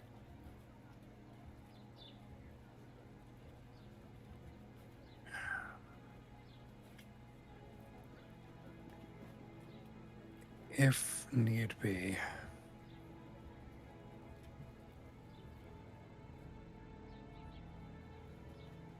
I mean, we could just tell her that this is beyond her control, and Oh yeah, started I'm out sure that way. she won't be happy to hear it, but How long do you People are plan dumb. on whispering 10 feet from me? nah, one more minute, hang on. Yeah, maybe if we all get under the quiet person's cloak. It looks like it's sound dampening. Glares come from Weaver. All right, All never right. mind. Just a All right. thought. Alright, I think we're all on the same page here. Yeah, yeah. Okay, who wants to talk first? To her. Yeah, Skyblade can talk. Alright, Although cool. my charisma's really low. I do have the ring though. I mean, we're not making a check yet. We're just telling her the information. So Yeah. Right. Okay. Yeah, Out of the three Skyblade of will us, talk. go for it. Well, yeah, we've spent some time amongst the locals, gotten the vibe here, and yeah, it definitely seems like a tough situation. I don't know if there's much we can do. Maybe we'd better just leave it in your hands. Are you sure about that? That wasn't the implication that I was left with before the rest of you got here. You seem to have everything under control. You are using random individuals, farmers and such. I mean, I was in plain clothes as a farmer. And you asked me if I knew something or completed a task. Seems like you are handling things. So, let me get this straight. You snooped around the city on behalf of the capital. On behalf of the organization that we are responsible On behalf of the organization that you are responsible for that is located in the capital, yes. You came here. But we work outside of the capital. If we just merely worked in the capital, then it would just be the capital's interest now. We work on this plane of existence. We work against other planes of existence. If you have a problem with us, Captain, why are you putting up so much resistance to us saying that we're not going to help? It makes it all the more suspicious that you showed up to begin with. Assessment is the first stage in our organization. If you understood us better than your assumptions, you would know that. This one is out of our sphere. We have someone very new to the organization. It is out of their depth. That's me. I think she understood that. Oh. Yeah, gotta go hit the books some more. Brush up on some materials, and we'll catch you next time. Right. Fine. Well, forget whatever information you found. Forget whatever information I have. Forget that you saw us. We were not here. Right. To the stables I go. Thank you for the waste of an hour. And she will get up from the table and head off curtly. Good luck.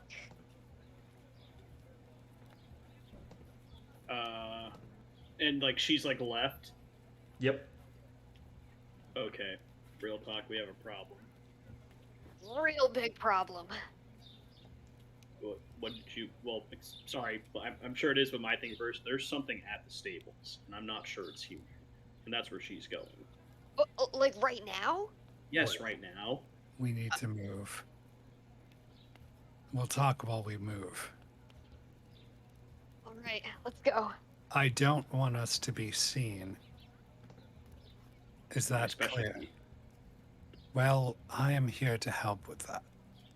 And the cloak will open up, and a shimmer of darkness will cloak the two of you as I cast Pass Without Trace. Oh, Nice. no, you let us in the cloak. Whoa. No, I am allowing what's inside the cloak to be around you. Oh, I got chills when you said that. Weaver, Captain of Corrections. All right, let's move. Actually, actually, guys. You know, that's actually not the definition of pedantic. It's, God. So, three of you pass without trace, that plus 10 stealth bonus. No problem for this group to be getting through the city streets. My lowest roll would have been a 19. That's if I rolled a 1. Yep. Yeah, you're good. Can we roll for fun, Mark? I like big numbers. Okay. Yeah, you can roll some dice, I guess. That's, 30! I would have 38. Oh my god. 8. Alright, 21, 30, and 38. So Weavers, yours is so high that you're visible. Just cancels out. Yeah, it's just, that's too much. I just look like a plainclothes individual. Yeah. You stealth so good you become someone else and you forget Weaver.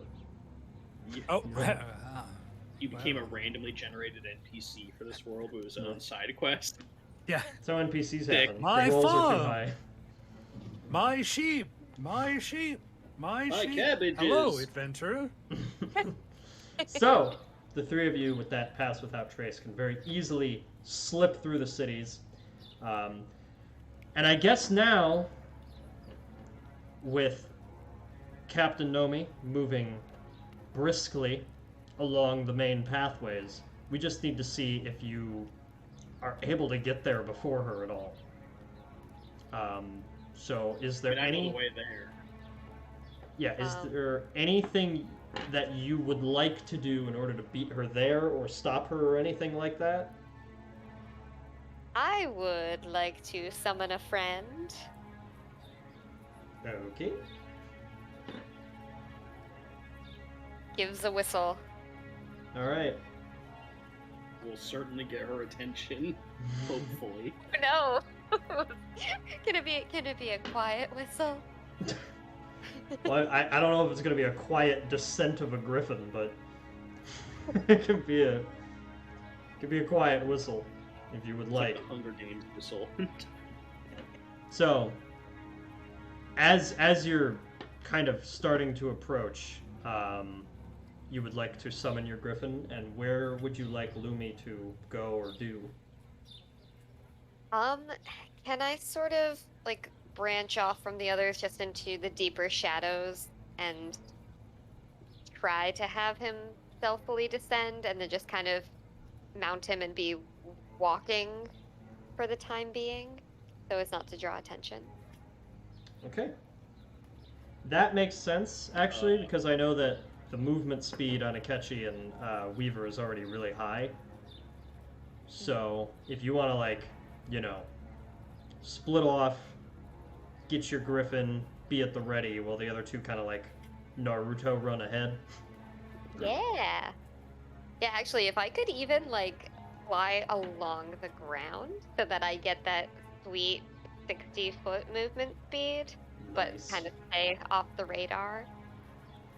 Okay, so you are kind of along the alleys. You pass the occasional odd person, you know, like sleeping against a wall or drinking, you know, under like a corner torch or anything like that.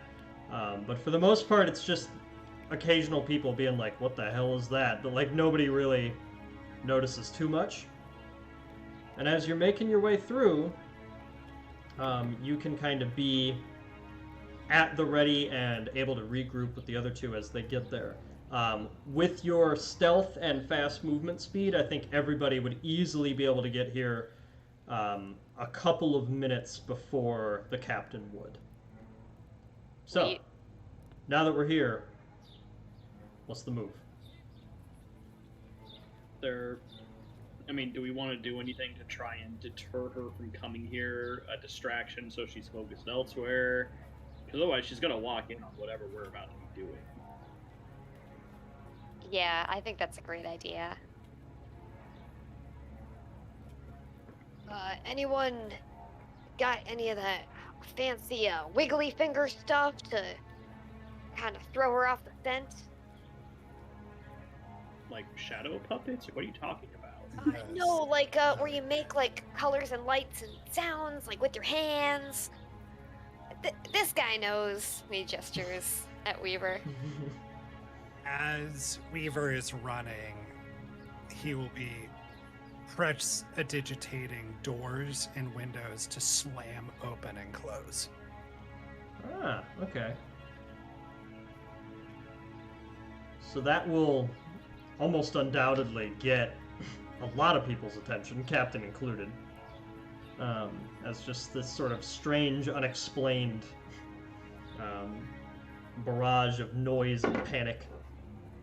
Oh yeah, just a medley of stuff. Just doing sparks coming out of windows that are open.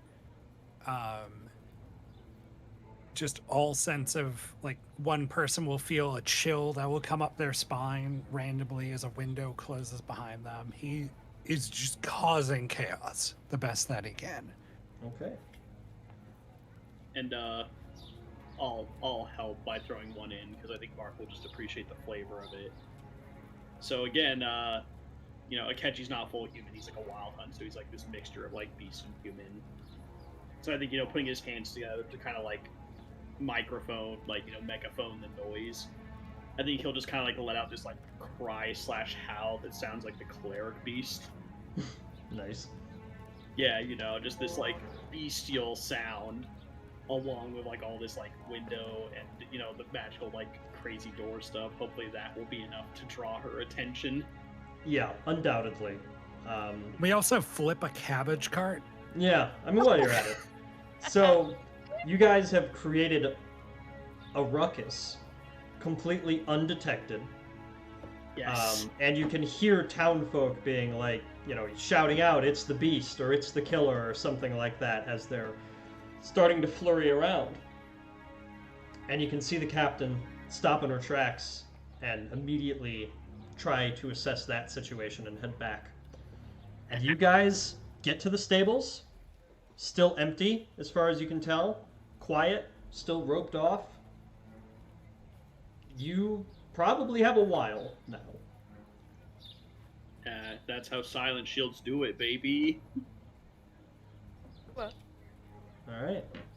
So all three of you and Lumi are at the ready to get into this place, and most of the nearby area is distracted. So probably no one's going to see you anyway. All right.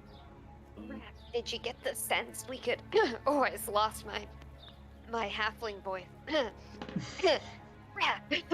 Did you get the sense we could like sneak up on this thing, or should we go in guns blazing? I mean, so he'll quickly describe just like what he saw. That it just looked like this like normal ass guard, but it was just like in the corner, like breathing all weird, like humans don't do usually. But he's like, I mean, I was able to sneak out, so that implies that it could be snuck up upon because it didn't sense me immediately? Question mark. That seems logical. All right. So, what do you say we try to get the jump on this thing? Yeah, I'm good with that. Odd. It was dressed like a guard, you said? I mean, it looked like a guard. Like, it looked like a person from the back, right, Mark? Like, I could see, like, hair and hands and stuff. It didn't look Yeah. like just a guard you form in, like, a mass. Yeah, Yeah, it was like a humanoid guard, for sure. Mark, Yeah. is it still there? I Well, don't think we've as done we're it yet. discussing, have we entered the building yet? Because I imagine we weren't, like, in the building, like, Oh, God. what's the plan? Yeah, just rush in. Kick the door down. Wait, did we want to be quiet? Shit. No. Backpedal, undo. Yeah, I could- Akechi will draw his sword and his spear, one in each hand. Cool. Skyblade will pull out his rapier. Yeah, rapier and shield are out. Okay.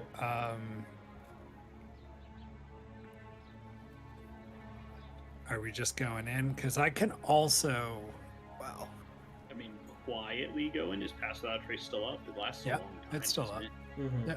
It's 10 Yeah, minutes, I mean- right? Yeah. Yeah, so you'd still have it for a good 2 or 3 minutes in here. cool. Yeah, let's sneak in. Yep. Yeah. Okay.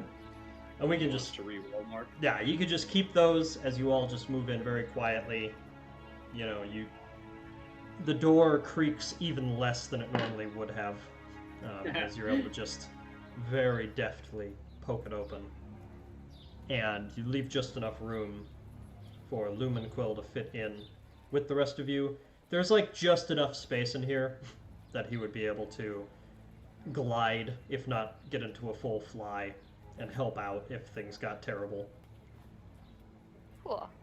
And, And does Pass Without Trace now extend to Lumi because I'm riding him, or is he still not? I mean, it's affected? anyone within like X amount of feet of Weaver, right? I don't believe. Yeah, Is it targets or is it a distance? It is Each you and your creature within 30 feet. companions. Yeah, so it's for the duration. Anyone within 30 feet. Okay. So yeah. it would have wore off of Feller, but would have came back onto Feller as soon as Mhm. they got within 30. So it's Cool. on all of us. Gotcha. Awesome. All right then. So yeah, you're all good, and You know, sorry, real quick, Mark. This team's actually like working together a lot better than I thought they would upon initial introduction. Oh yeah, no. I designed it like having heard what your two characters were, I was all about synergy. No, it's working. That's all I'm saying. Yeah, Go it's great. team. Go team. Yeah, shields for life. Woo. However short Till it may we get be. jaded and retire. Hell yeah. all right. Okay. Have all of our T's been crossed? Oh, Yeah. I Oh. will within that period of time touch and light up basically flavoring wise I will inspire both Akechi and Feller. Okay. So it's combat inspiration, so you can add that to your attacks and to your attacks and damage, or to your AC as a reaction. Sick. All right. So inspired, stealthed, weapons out, Griffin summoned. Ready to go. You all Profit. crack that door slowly open, approach in, and the guard is still standing exactly where Akechi left him. Only now, they seem to be examining themselves rather than looking off blankly. See them holding out a hand and moving the fingers slowly, curling them.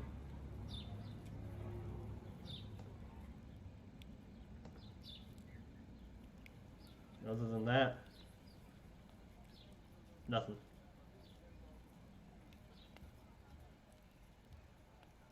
Spooky.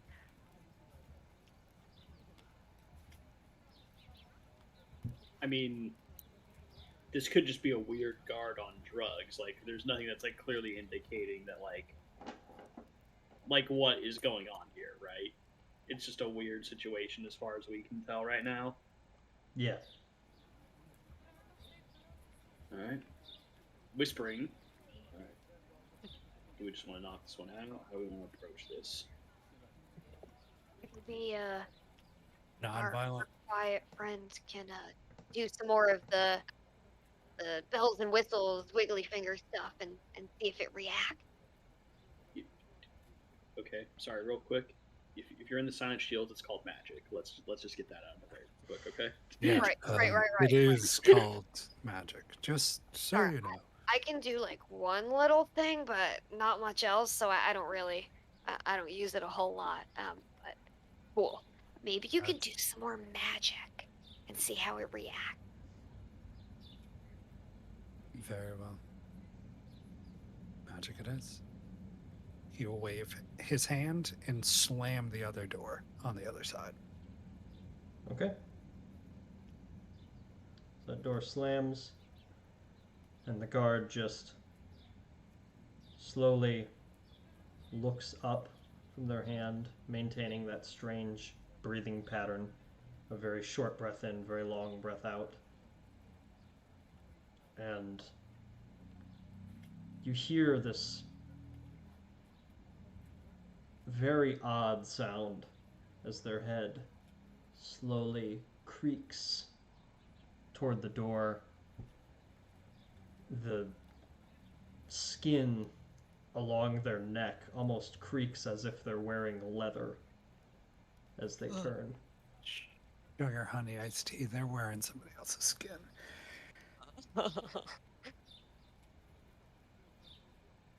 And they were just now blankly staring toward that door.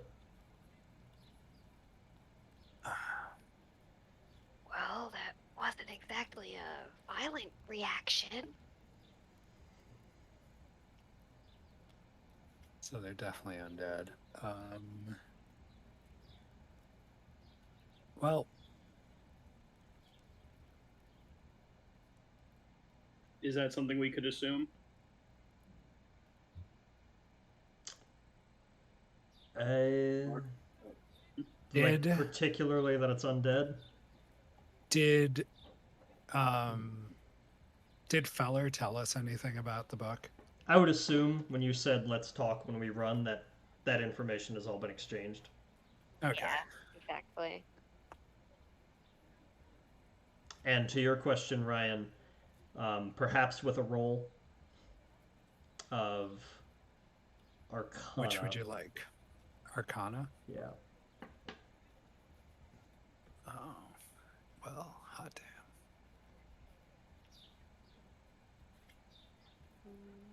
I'm not great at it. 21. Okay. It makes sense that they're undead at first, but there's something else going on. This isn't just a corpse that has been animated. There's like a curiosity to the creature that implies consciousness. And that's what trips you up. That's what's so unnerving about it. Undead wouldn't examine their own form. They would not be aware of such a thing. No, this is new form to them. So it's what Wilbur was talking about. Yeah, borrowing it. So they're not. So they're trapped. Perhaps. Cool. If y'all are cool, I'm ready to jump into this with a save or suck spell.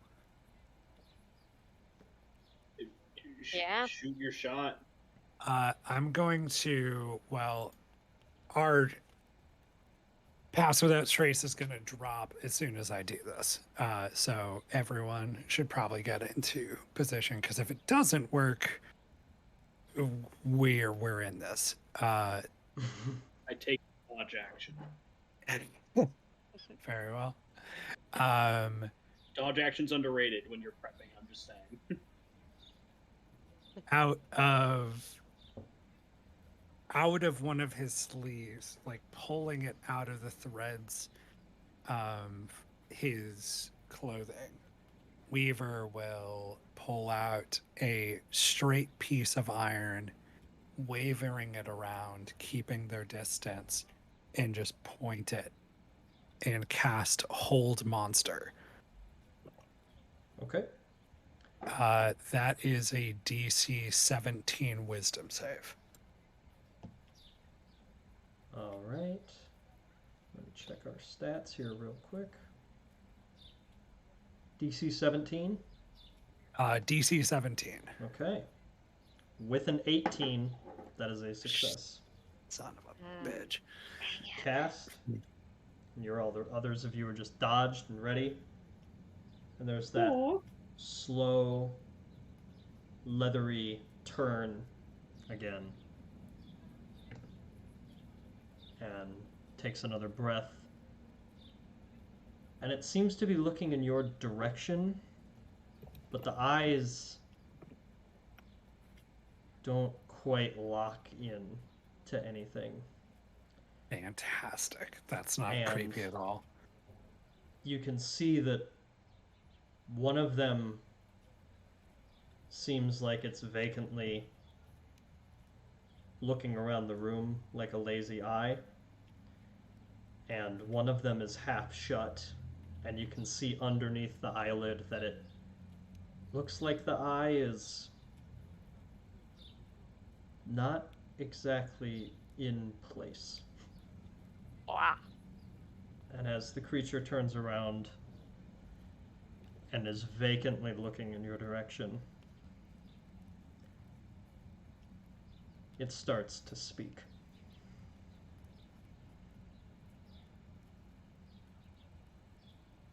Do you think this is my skin?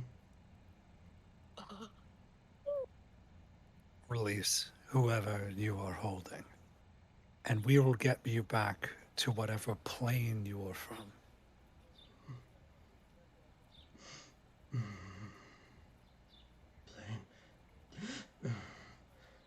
Plane. I die in between.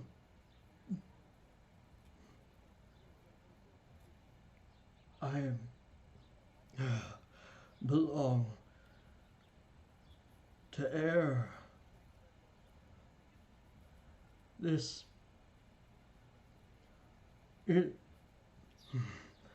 this my skin? No. Listen, we know you must be really scared and confused right now, pal. You don't want to hurt anyone else. We're gonna help you find your skin. But you just gotta remain calm, okay?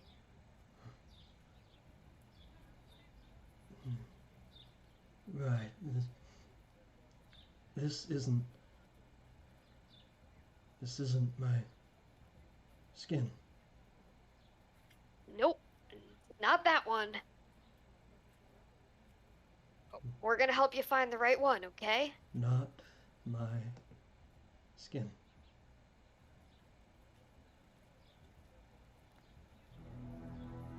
And it slowly starts to raise its hands and just sort of feel at the face. Not.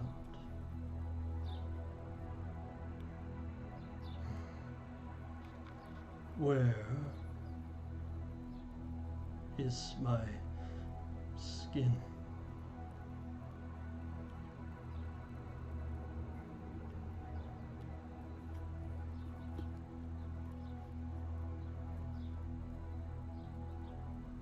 Where are is you this? from?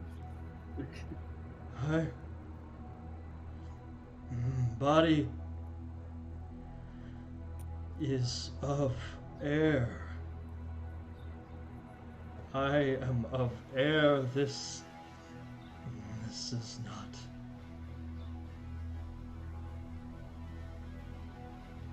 Should I get rid of this skin? Only if it doesn't hurt the person whose skin it actually is. Hurt? Hurt. People with skin tend to get hurt, and we don't want that.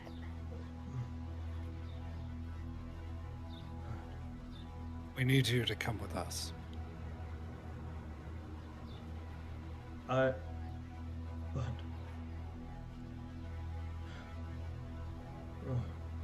it's wrong. It's wrong. It's not my skin. And we will fix that and get you to where you need to be. We're here to help you, buddy.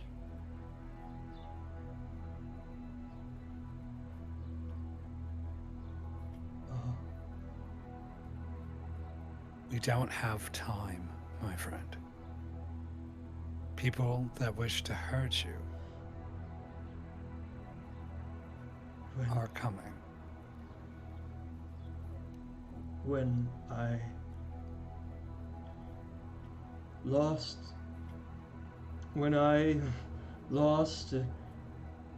people said they would help. You're just like them. No. This is what we do for a living. We help folks like you who are just in the wrong place at the wrong time. Wrong.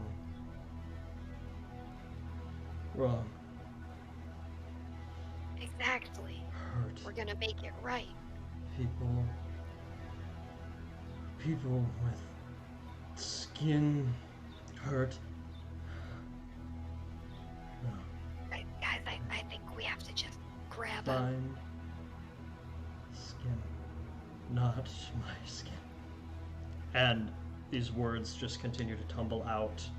Not my skin, hurt, find, wrong, in nonsensical patterns. It starts feeling at the face again, at the cheek, at the neck, in the mouth. And eventually, it seems to make its decision as a horrid sight is bestowed upon the three of you. This creature puts both index fingers to its nostrils and just slowly pulls. And Is there... as cleanly as you, Akeshi, found the bones had been left and the skin had been taken off, this whole layer just unzips like a seam down the middle. Wow. And the thing that is underneath is so far from human, it steams a little bit coming out of the warmth of the body. It seems to have lost any semblance of language as it slowly creaks its long, worm-like neck upward, its somewhat slime and insect-like form, and it lets out a screech, a confused, panicked animal screech to all three of you. And I will now share the image of the skin taker. Brace yourselves. Oh god! Oh! Oh, he needs to die. Yep. It's over. We tried diplomacy, but that Where'd makes you it get end. this photo of me, Mark? I'm really offended. I wasn't Wow. awake. I wasn't ready that day. But now I'm And ready to kick this You look thing's nice. ass. I think if you Alright. put a filter on it, you'll look great. So, I guess that's where we're taking our break. Oh, And combat when we come back. yep, I guess Ketchy's so. moving in. All right, you have all managed to organize the situation such that you can just try to kill it here in the stables. I am most intrigued by this somewhat unexpected turn. So, Stable situation. nice. Well, All right. We'll be back. Gonna take a little 5-minute break. Hope everybody's enjoying the watching. Continue to do the watching. Pew pew. Yeah. Da-da-da-da-da-da-da.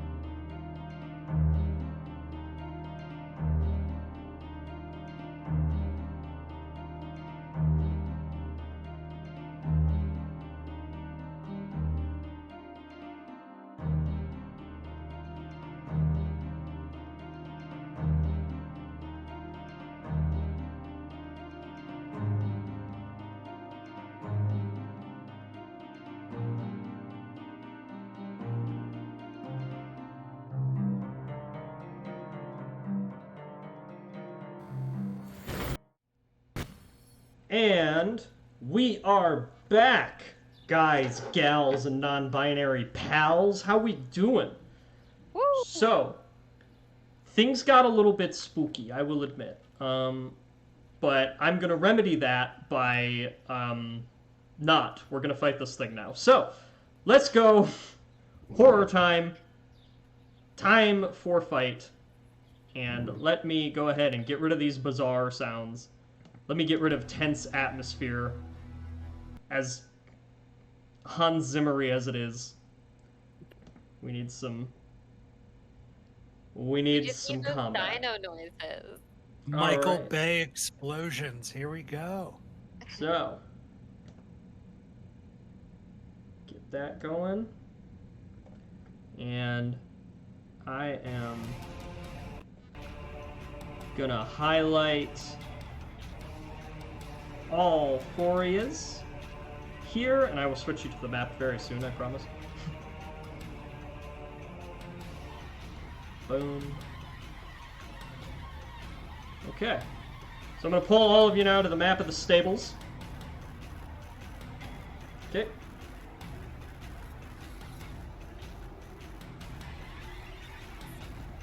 So, all these horses on the side, if you hover over them, they will say Mr. Rice Pilaf. Don't worry about that. This is not Mr. Rice Pilaf. He is safe with Elna in the forests, as we saw in episode 3 of The Silent Shield. Like, we're good there. But these are all the horses that are in the stables. All of them are now agitated. Keep that in mind just throughout the fight. And these spots here, where there is no trough in the way, are spots where the gate can be opened and they can kind of like hop over and get out. So that's an element, just so you know. And these are just like hay spots on the floor and whatever. And that is the skin taker over there. Normal, like medium humanoid sized. And Gotcha. I got everybody pulled up for initiative. So everybody just go ahead and roll.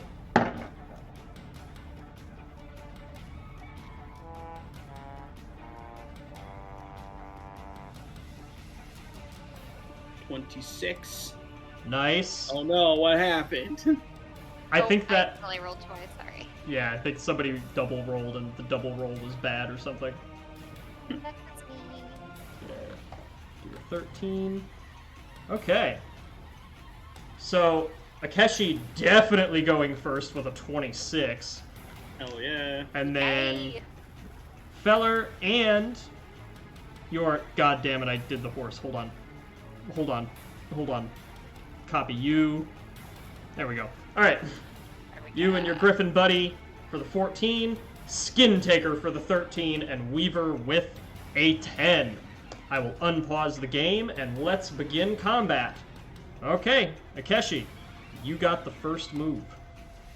Alright. Free action. Throws his shirt off. Okay, now. Yeah. Yeah. You gotta do that. Yeah, absolutely. Alright, let's see here. 100% necessary. Oh yeah, 100%. Gosh dang it. Sorry, 1 second.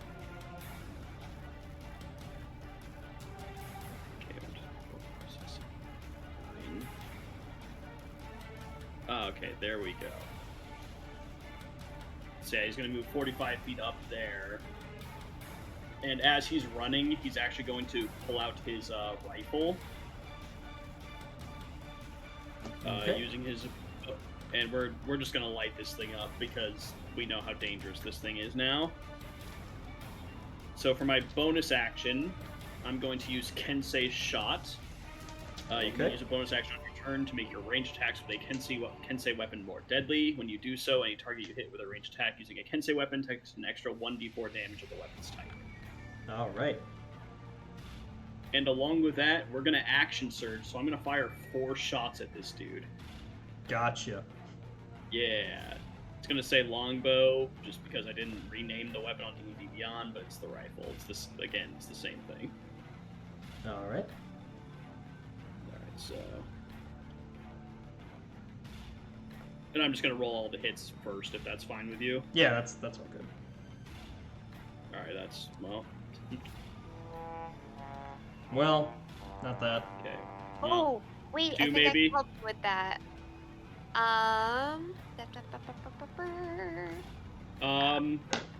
Actually, I'll use the bark inspiration I got on the last roll to up it up potentially.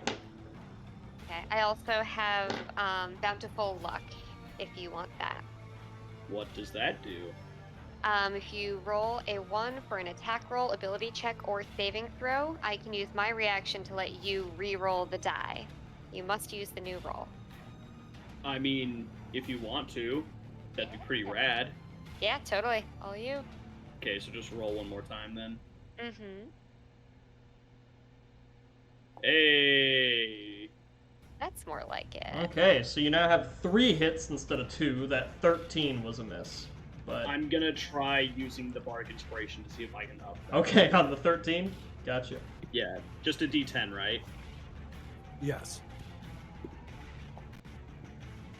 Yeah, 16. Yeah, 16 is unfortunately still a miss. Alright, well, still 3 out of 4 is not bad. Yeah. But the 18 hits, so, you know. Yeah. I'm not going it to was say worth the AC, but, like, you know. What? Just go ahead and roll your 3 damages. Alright, so it's 3d8 plus 3d4 plus 12. Yeah. So they take 33 points of damage as 3 bullets just start tearing through them. Okay. And one last thing. I'm going to use Deft Strike. When you hit a target with a Kensei weapon, which longbow / rifle is one of my Kensei weapons, you can spend 1 key point to cause the weapon to deal extra damage to the target equal to your martial arts die, and I can only do this once each turn. So I'm just going to roll an extra d6 to add to the damage. All right. All right. Yeah. 34 damage. It's an even number. Noted. It's been noted. Yeah. Okay. All right, and that will be it. The end of my humble turn. Okay. All right, and as those bullets sink in, you see the creature sort of like lumber back a little bit, but seeming mostly unfazed, like they're still got plenty of fight left in them. That's fine. And that brings us to Skyblade. All right. Skyblade is gonna kick his heels into Lumi's sides, maybe a little too enthusiastically, and say, "Let's get him, pal." And they're going to fly Lumi's full speed up to this dude. And Skyblade is going to make an attack with his rapier. Okay.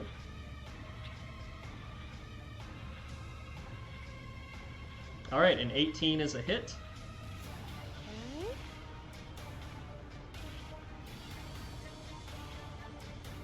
Okay.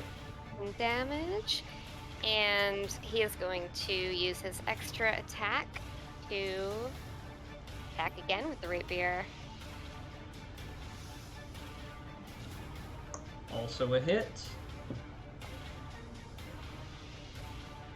And 13 more. And Solid. I can use my combat inspiration die here, right? To add to the damage, I believe, yeah. Yep. Cool. I'm gonna do that. Why not? Okay. And then I will use one of my aerial maneuvers since I am mounted on my trusty steed. I will use Valiant Charge. So when I hit a creature with a melee weapon attack after moving at least 15 feet, I can use one of my maneuver dice and add the result to the attack's damage. So that is another d10. Okay. Oh, come on. Whoops. I accidentally did 2. Sorry about that. Should I just roll redo? roll another. That'll be the easiest thing. Oh, I'm sorry. I'm hitting something wrong. There we go. Nice. All right. All right, another 8 damage. Another 8. Oh, and with that maneuver, what size is this creature? Medium. Cool. So it must make a strength saving throw, DC 12. On a failed Okay. save, it is knocked prone. All right. That is a success with a 19. Sure. Okay, that's fine. Yeah, it stands rock solid. That is it for my turn. Okay. And so you rode on Lumi. So I went ahead and just moved that other token up there too. Thank you, thank you. And then was some of that stuff with Lumi too, or is it technically his turn now? So I'm a little confused about this. I think he can attack as my extra attack if I don't use it to attack myself. I think that's how it works. So because I attacked twice. Right. I figured it was like, since you, like, the main benefit was you got the fly speed, you did the maneuver, and all that stuff. So, like, you know, I feel like he's contributed. Yeah. I think as a bonus action I can move him again. But I think I will not do that this time to avoid an attack of opportunity. Okay. All right, then. It is the Skin Taker's turn. Bring it on, buddy. It is, yep, just gonna go ahead and plant some attacks right into you since you're right up in its face. Alright. So, it's just whir of worm-like teeth are the main thing that it uses. And it'll just kind of be trying to grab at you and pull you in for its bite attacks with its very dexterous arms. So, I'm gonna go ahead and roll 2 attacks real quick. Okay. Yeah, we have an 18 and a 25. The 18 will not hit, the 25 will. Okay. Damn. So that 25, that second chance to go in for the bite. Okay. So that's... Okay. So that was 16 piercing and 21 necrotic damage on that bite. Alright. And is that on me or Lumi? That's on you. Okay. Yeah. Doesn't want Lumi's skin. It knows that won't fit. But yeah, so that was 16 and 21 for a total of 37 points of damage there. Alright. Sounds good. Right. But other than that, it is just going to be staying strong right there, taking the hits, screaming and confused. And Weaver, it is your turn now. All right. Weaver is going to run their full movement. Oops. And then they are going to look at the creature and out of an opposite sleeve pull out a caterpillar's cocoon and crush it into dust and wave it into off of the wind into the flesh taker, who's going to have to make a DC 17 wisdom save. I am casting polymorph. All right. Oof, that is an unnatural 20 on that. Very well. Yeah. It's not even wise, but I don't know how this has happened twice, but... It's all right. I'm slashing them around. Trying to make things work. I will use... Weaver will use their bonus action to inspire Yeah, he'll just throw it at Wrath. Okay. And then, yeah, end my turn. Gotcha. Okay, that brings us to the end of round 1. The attacks have been planted. The Skin Taker has mostly just tried to bite into Skyblade so far. Otherwise, just standing its ground. Still appearing confused and alarmed for the most part. At the top of the round, I am just going to move around some of the horses as they start panicking, as gunshots and griffin cries and worm screams are all going off. They're not a fan. So we're just going to get some horses running around. And those are the places they're in right now. Other than that, Akeshi, it is your turn. Alright. Seeing an opportunity, switching to his, oh gosh. Stop, Forge. Stop, there we go. Switching to his, Sword and Spear, Akechi's going to run behind the Skinwalker. Okay. Do you do flanking like Joe, or just an extra D6? Yeah. Okay. He's going to use one of his fighting spirits from his samurai subclass, which gives him advantage on all attacks he makes this round. Nice.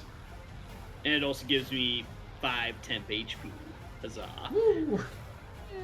Every bit counts. Hey, every bit counts. Alright, so we got 2 blade attacks coming at advantage. Okay, well, the first one was just a nat 20 on the first roll. Oh, right. Well, so that's a miss. No, I'm kidding. So I'm just gonna roll twice for the next hit. Just, Okay. again, might as well just roll them all at once. Okay, and then I'm just gonna roll a second time. Okay. So, Alright. I mean, So a a nat hit 20 and a crit. 23, so I don't even need to add the d6s, I assume. Yeah, no, you good. Okay, on the one that I crit, I am going to add the damage from the inspiration and also one of my Deft Strike key points onto it as well. So hang on, I need to do math real quick. Okay, so guys, help me out here.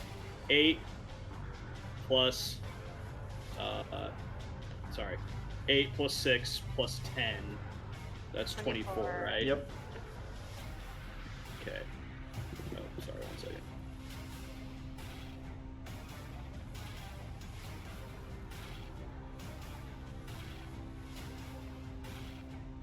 Okay, plus 24 plus 4. Okay, that should be right, because it's a D8 from the attack, a D6 from the key point I'm spending, and a D10 from the inspiration. That sound right to everyone? Mm-hmm. God, I really hope this hurts, or it's gonna look really fucking dumb. Oh my god. Oh my god! Yep. Holy sh... Wow, Okay. that was 1 point off of max damage. You do a lot. Oh my god, that was awesome. Yeah, you Oh, I'm sorry, I really wasn't expecting that. you have cut open the back of the Skin Taker. Oh, man. Give that skin back. Oh. I'm sorry, I'm just like in awe. That was so cool. Okay, then, okay. And then the damage is just gonna be a D8 plus 4 for the second hit. It's gonna be very weak in comparison. Yeah. Alright. Oh, wait, what was that? Sorry, I'm confused by what just happened. Yeah, I don't know why it. I think it. Oh, it's rolling the one-handed and two-handed, but it's just one-handed, so Okay. it's just a... So we'll take the 10. Okay. Okay. Hey, 61, not bad for 2 attacks. Not bad at all. Yeah, alright. And that will be it. Okay, then. It is now significantly more wounded than before. And that leads us to Feller. Alright. Feller is gonna start with a little second wind, because he's feeling a bit bloodied. Yeah. So... That How much roll... HP does Feller have? Ooh, that was not the best roll. Okay, so that's 12 healing. I see 2 of them. I see Yeah, one that's the first one 16. says 16. Oh, Yeah. whoops. Cool, thank you. Yeah, your computer Right. seems to like doubles. It sure does. Okay. Here we go. Alright, and then, we're gonna do another rapier attack on this guy. Okay.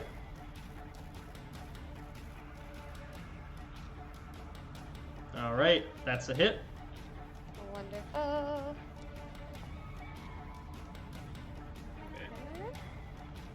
Okay. And another rapier attack. That one is a miss. Dang, okay. Well, Okay. for the first attack, can I use one of my aerial maneuvers? I guess I should have done that first. Alright, so we're gonna do daring flyby this time. So rolling a d10. So that's an additional 7 damage. And then with this maneuver, neither me nor Lumi provoke attacks of opportunity until the beginning of my next turn. Okay. So we're gonna bounce out of there for a minute. Just gonna wheel around and come back to hover next to Weaver. Nice. Abandon me. I'm sorry. I'm still pretty injured. Alright. Anything else for your turn? That's it for me. Okay. It is now the Skin Taker's turn again. So, it is going to just crouch down and let out a horrendous scream. It is taking the disengage action, Yeah, you better run.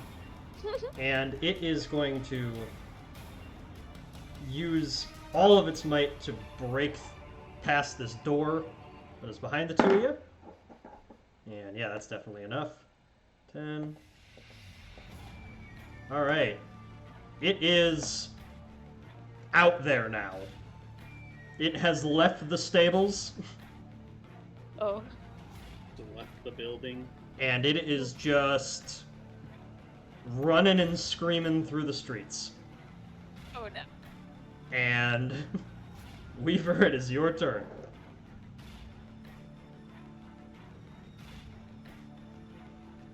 All right, hold on one sec. So it is. No. Not today, bitch. I'm gonna run up. Weaver's gonna run all the way up to it. Okay. And then they are going to.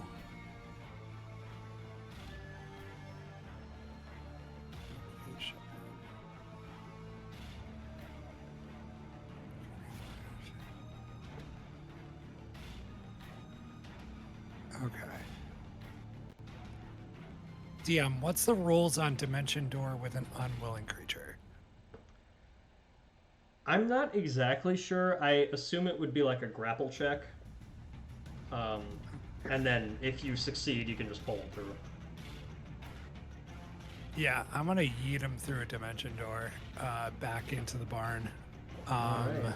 So we will have to contest either athletics or acrobatics. I would love acrobatics on my part, but I understand mine's probably going to be athletics.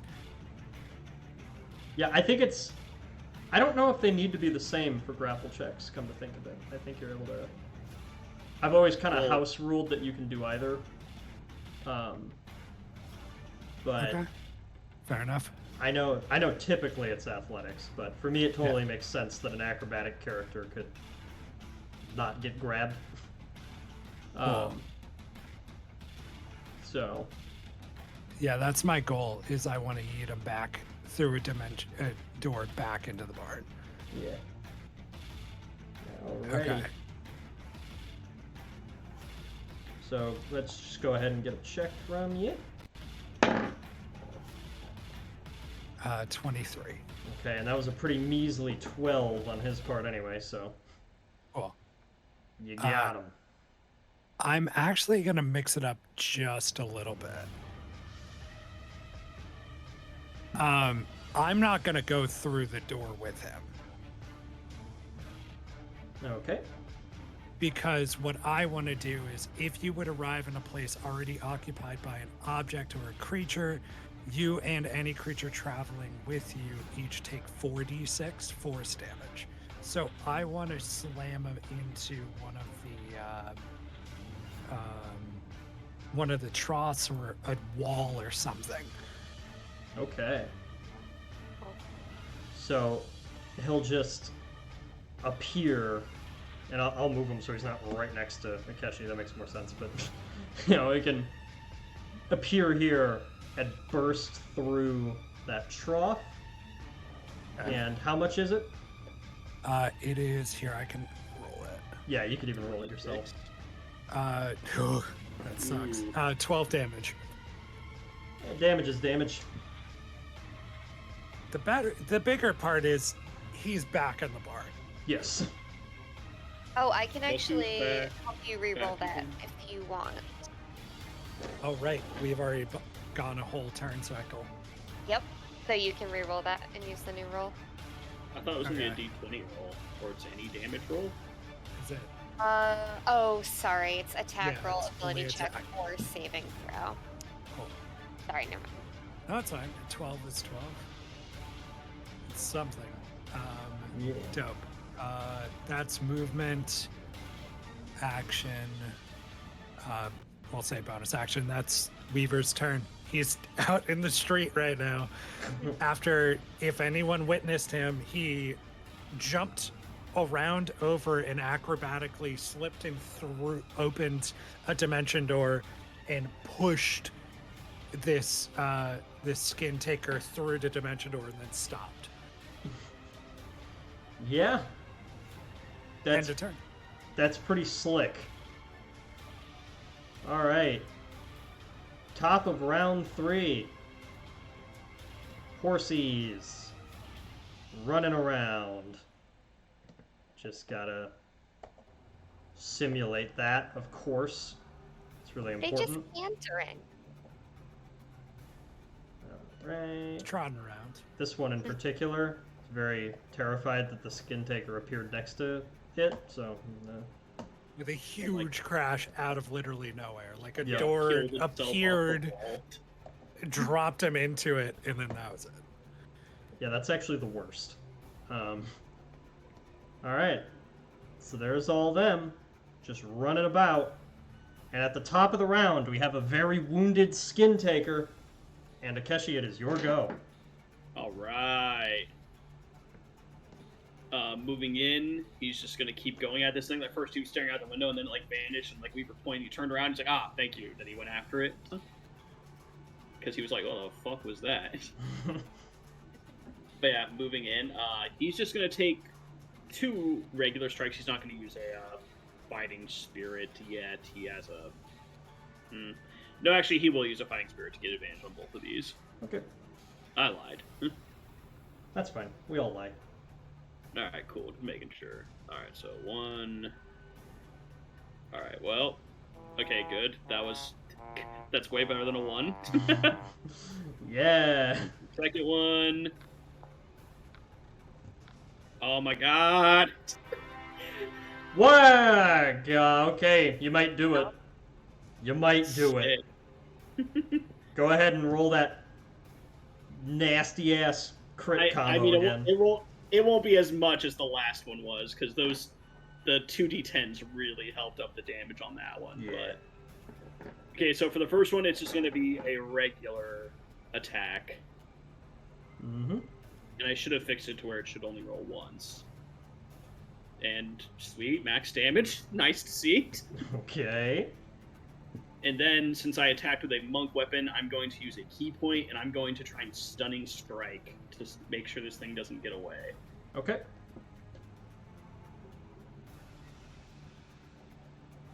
So it needs to roll a... Sorry, new character, who dis? No. Okay, it has to make a con saving throw. The DC is 17. Alright, con. That was a measly 9. Oh, it's stunned. Kill it, guys. This thing's so screwed. If it survives this turn. Yeah, I was about to say, you're about to crit it, so let's see what happens. Yeah, and I will again be using Deft Strike to empower this attack. Alright. Okay, so... Sorry, I have so many tabs open to make sure I know what all these abilities do. Yeah, me too. Okay, so it's 1d8 from the sword, plus 1d6 from the Deft Strike, plus 8 plus 6 plus 4, so plus 18, I believe is the math on that. Mm-hmm. I think so. Alright, cool. Right? What? Sounds right. Oh, okay. 24 points of damage. Alright, yeah, that didn't quite do it in. Wasn't as Damn it! insano as the last time, but No! it's pretty good. Damn. Nah, it's fine. And now it's Alright. stunned and it's not going anywhere, so It someone is kill it. stunned, it is down to its knees, covered in debris, and Feller, it is your crap. turn. Yeah, I'm sure that's there too, honestly.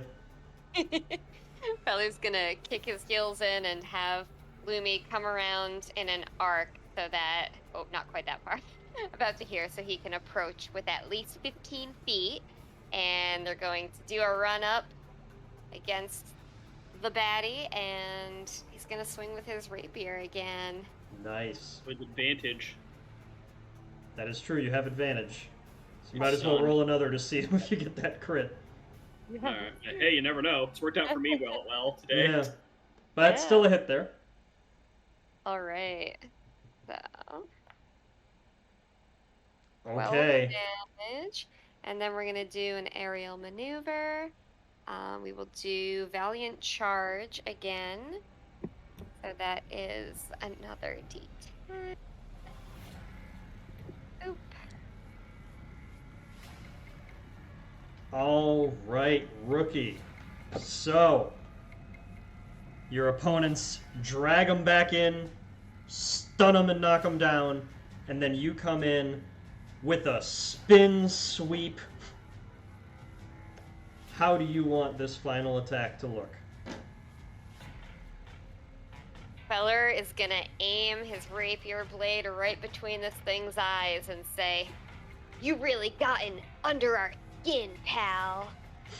And as Lumi gives a majestic sweep of his wings to power the charge, together they will run this thing through. All right. Akechi gives a nod of approval at the one-liner. And at that rate, the skin taker is no more. The rapier rips through the skin of this slimy creature, and it falls over, unable to bring itself back up again, collapsed in the half-broken trough of hay and shit. And that is it for the skin taker. All right. Now, good job, team. But I will say, we are not quite done here. Oh, plot twist. Now, He really was Weaver. He did it. I knew it.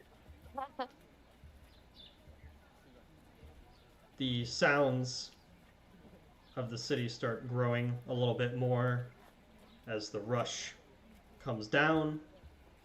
You all gather yourselves. And you are left here for at least a moment before anything else happens. So if there's any exchanging of dialogue or casting of spells or anything like that, now is the time. A quick question: what happens to the skinwalker, skin taker, right? Yeah. What happens to the skin taker once it dies? Like, is it still just a bloody mess on the floor? Yeah, it's just laying there like a corpse. You know, there wasn't like any magical flourish or anything. It's just laying there. Ketchy kind of looks over to Weaver as he's kind of like cleaning off his blades. Can you polymorph that thing into something more transportable? I don't want to leave it here. Very well. I was thinking the same thing. Until weave and crush the cocoon, and taking out a small box, he will turn the skin taker into what looks like a taxidermied mouse, and then put it into the box and close it. Okay. And Feller as... is, Yeah, go ahead.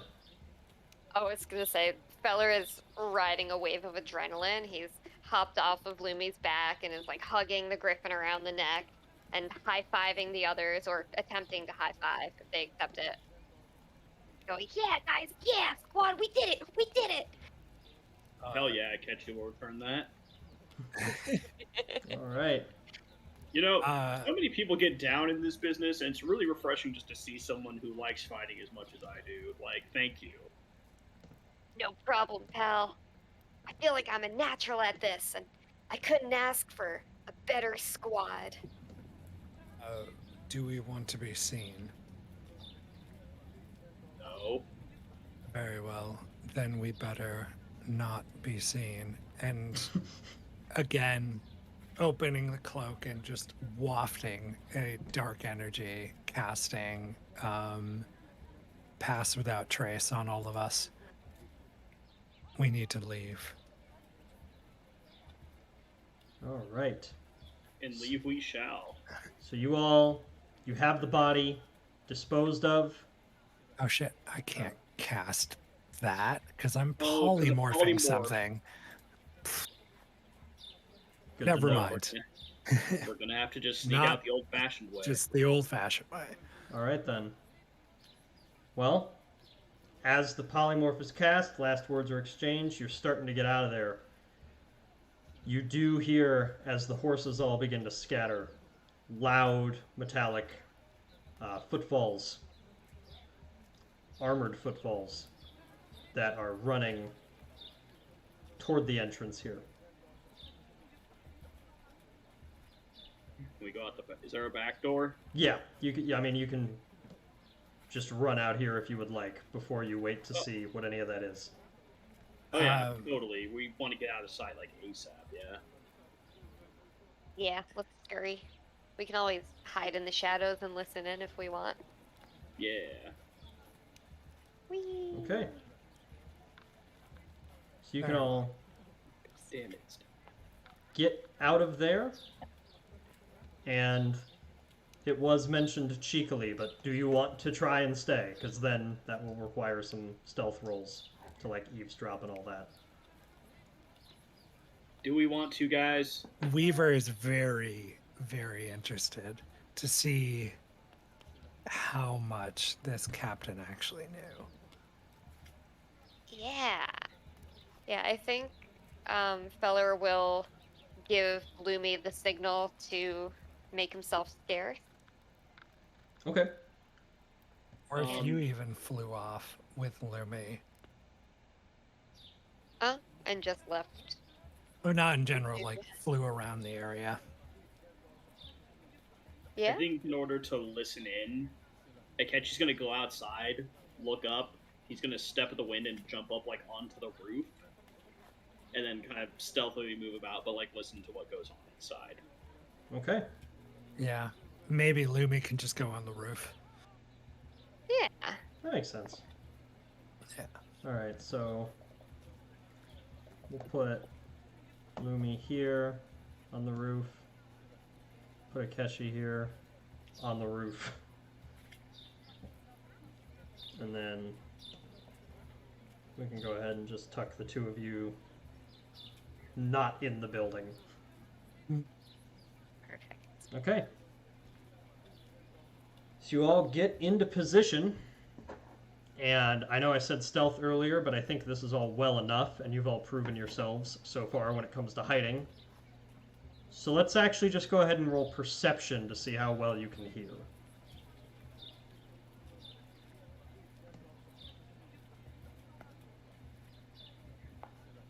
Not terrible, not great. Okay. Looks like Weaver's got this. I mean, 19's not bad at all. No? Yeah. It works. Valor's got it. 14's not great, but you So, There's a big middle. like Griffin fucking next to me, so it makes it hard.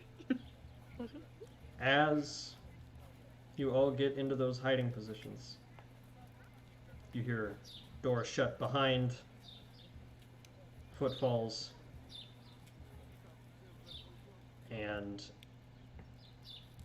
you hear them just stop. Just kind of a pause and a deep sigh. And Captain Nomi just says, kind of to the open air, "Already dealt with it, huh? I already think you've dealt with it."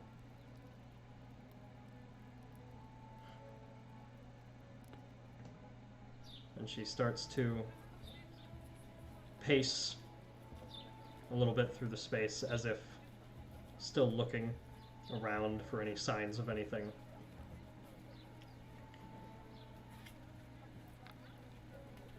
"It won't die. You think you've killed it now, but you haven't.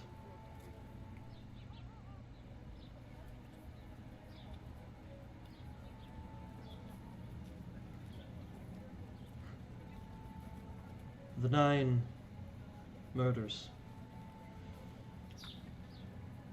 They are what everyone has been talking about. What they haven't talked about is the 13 guards I lost killing that thing the first time.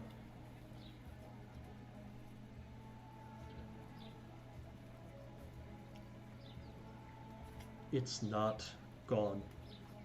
And if you're still here,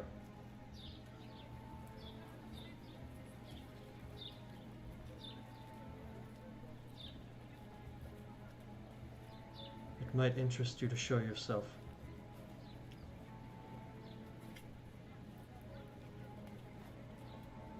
Do I believe her? Yeah, sure, go ahead and roll an insight check. I thought you were just saying, yeah, sure you do. And I was like, wow. Just kind of stated bluntly. Yeah, why not?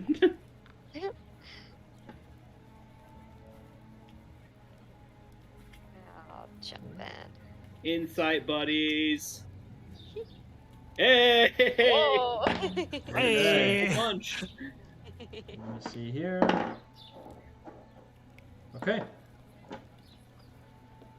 All three of you recognize something behind her words.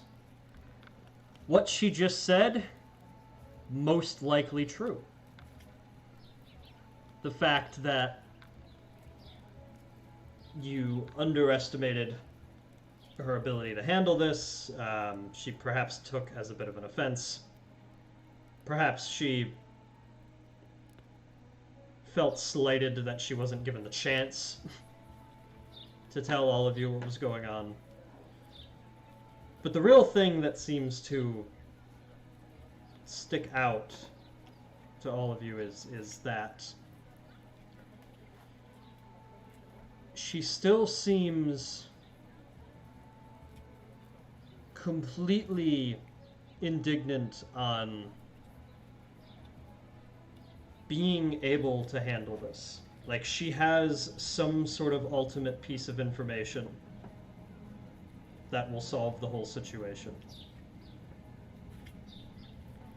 And whatever that is, she's not saying it right now. That's what feels a little strange. Why, if she did know this much, why didn't she just tell you?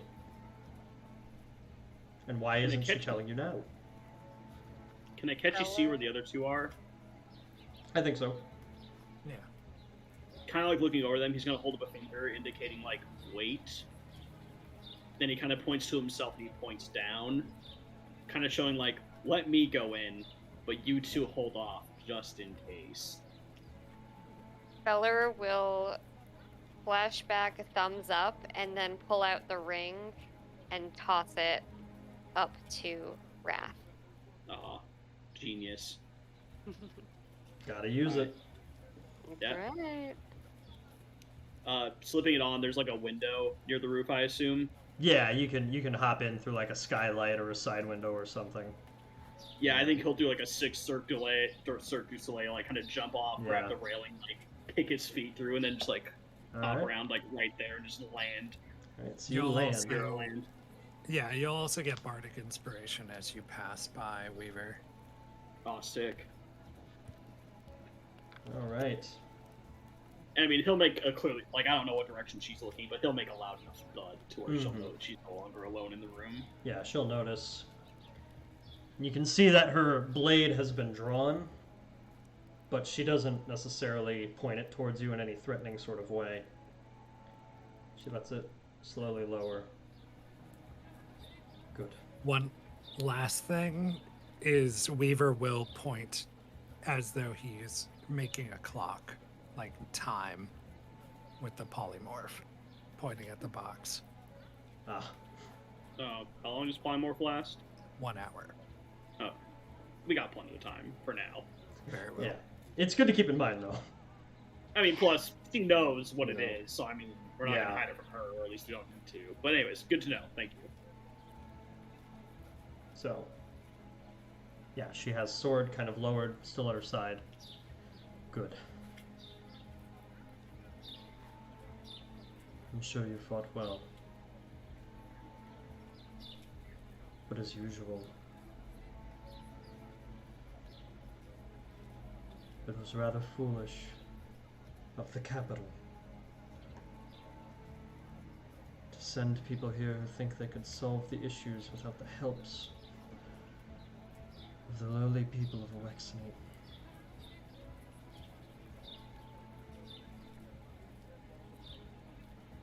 If you have something to say, let's get to it.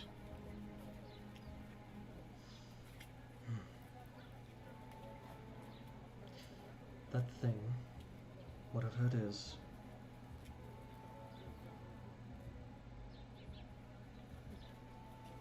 it is tied to a very prominent family.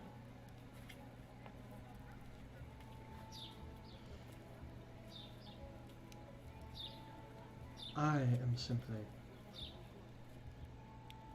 trying to act in the interest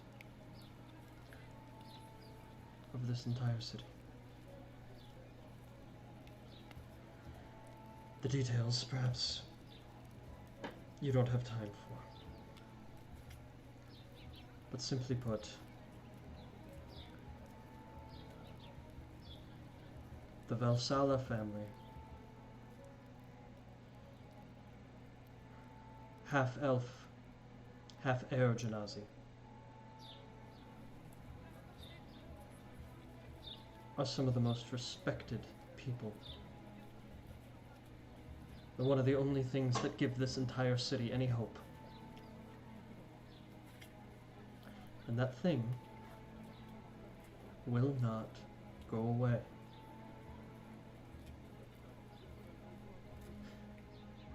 Until the corpse it is looking for is dug out of the Valsala crypt and handed to it. I have been trying to do this discreetly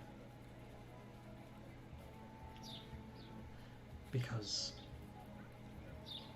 If this town knows how much that family has twisted with death and magic and horrible things from beyond,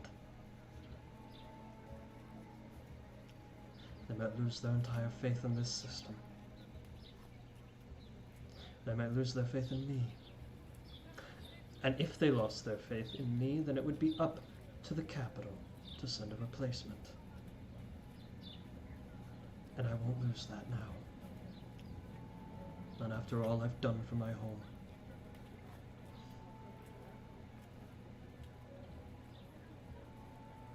So, I mean, like, I'm sure she's being sincere, but, like,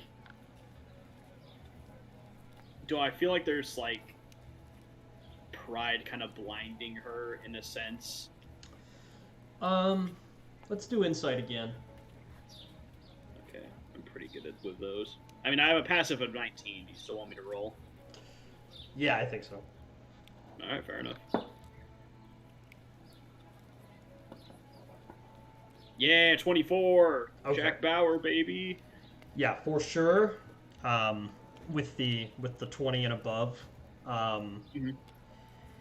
what you see, truly, you know, the 19, you would have seen the pride for sure. The reason I wanted you to roll is because with a 20 and above, Okay. what you truly see is somebody that is scared, somebody that's very terrified, somebody that is putting up a front of ego and independence so that they don't have to admit that this is completely out of their control. Everything they thought they knew about their home is collapsing around them. Their entire career is falling apart. The thing they thought they were good at is slipping right under their fingertips. She says it with pride, but you sense the motivation underneath. She doesn't want to admit that this situation is completely out of her control. And that the only way she has found to fix it is to defile the graves of some of her idols.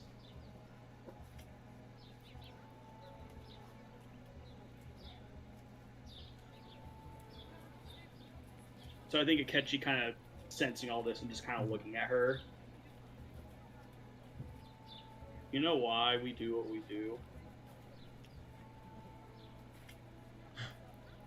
Tell me.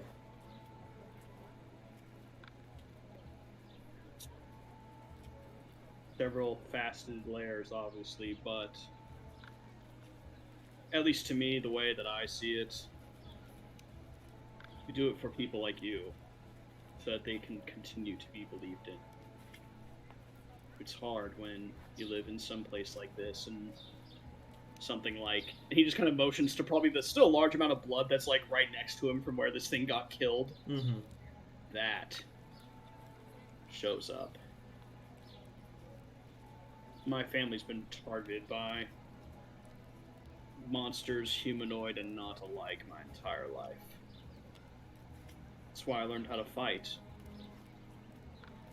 I didn't want to be just another victim, another name on a list of tragedies. I wanted to do something about it. Not just for my family, but for others as well. This has shaken you as it should. We're not here to take anything away from you. We're here so that this, and he just kind of motions to, like, in the direction of, like, the city as a whole, can keep going. I'm not your enemy here.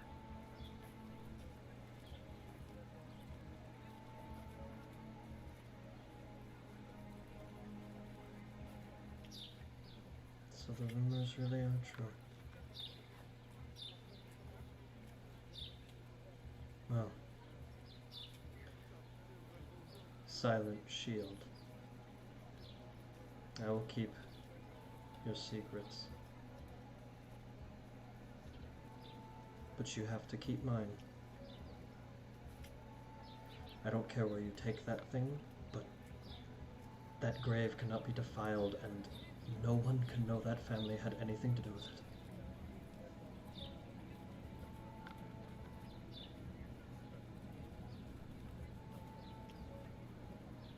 Wait, sorry, this is Ryan talking.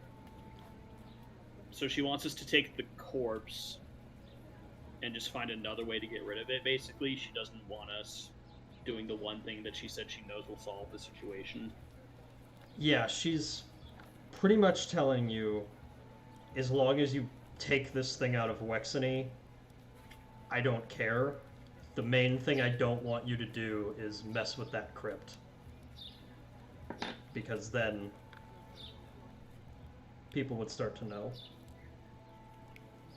At least that's how she's viewing the whole situation.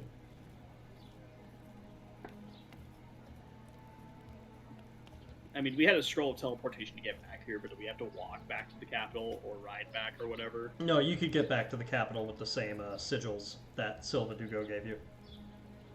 Do we think that there's any way that someone else could kind of deal with this if we took it somewhere else? Like, you know, are there specialists in the Silent Shields that were like, okay, yeah, we can kind of hand this off to them, they can take care of it? Yeah, like, hey, I know you don't want us to do that, but fuck you, people are dying. Like, I'm trying to read the situation. Right. Well, it's a maybe. And that's kind of the whole quandary now that lays before you, Akeshi, is that you could bring this corpse back. You could try to get it to a secure location with other shields and sort out a way to permanently kill it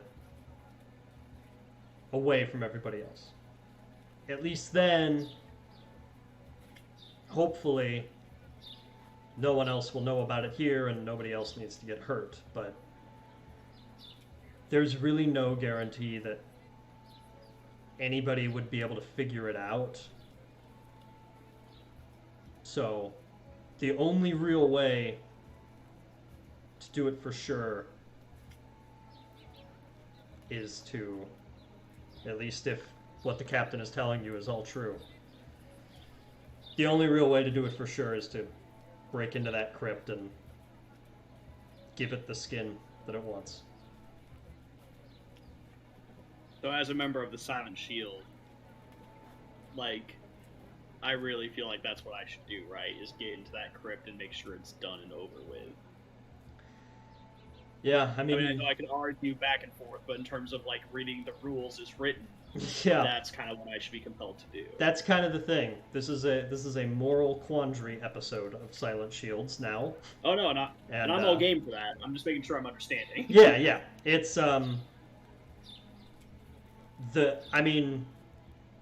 the rules of the organization are to eliminate the extraplanar threat.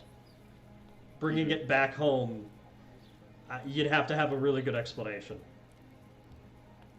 Right. When Wilbur said that short of giving this thing what it wants, we would have to summon powers of fire and radiance, did Feller interpret that as something literal that could be done, or was that just like a generalized, like it would take an incredible force to be able to deal with this? All right. This is gonna sound strange, but roll a religion check. It would have been stranger if you said stealth check. Yeah, that's true. Animal handling. What? Please roll animal handling instead. No, I'm sorry.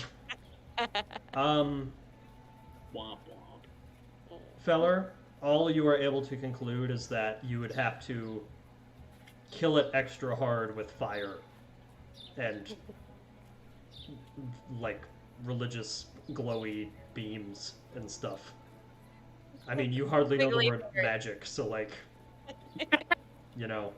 Yeah, unfortunately, it was, and I will say, Becky, it was great of you to remember that nugget, but Feller doesn't quite get there.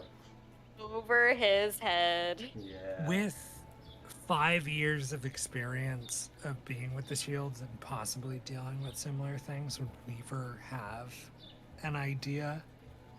And having heard what Feller said about the books and the old man that they met.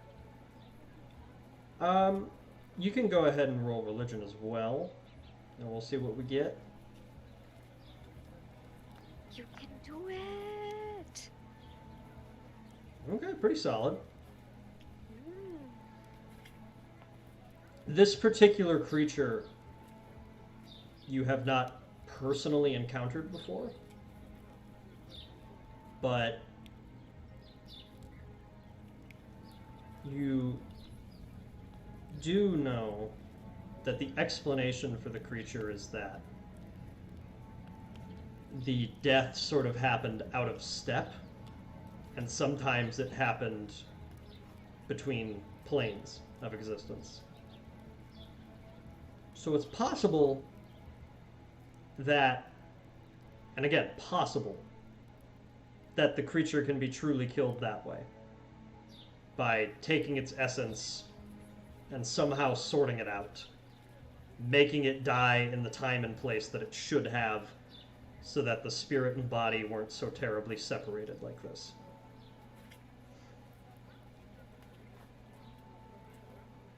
But, bit of a long shot.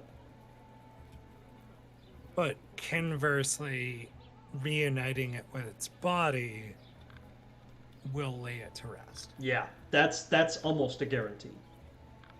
That's like the myth of what you do. Whereas this other thing is theoretically could work.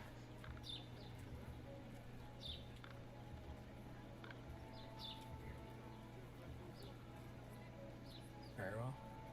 Do I sense overall that like this is someone who like, despite the fact that this is a very complicated issue, she does want what's best for like the city?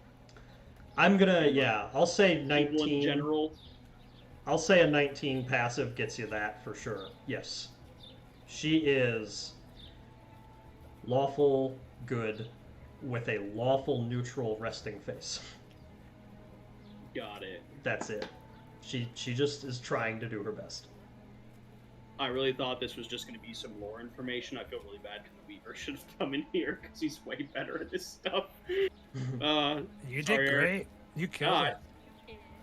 I mean, you say that now. I don't know how this is going to end.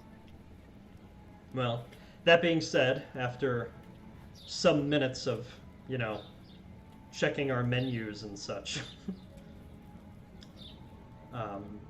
what do you want to say in reply to the captain here?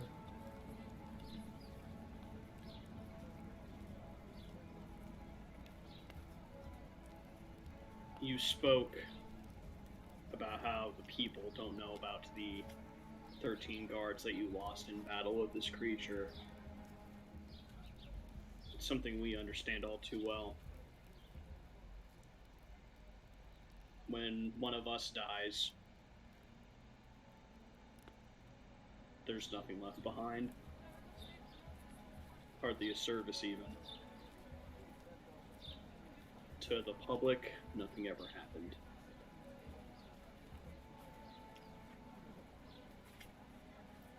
And yet, those sacrifices, that loss,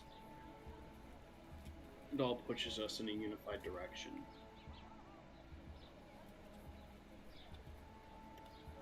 Hopefully, the right one.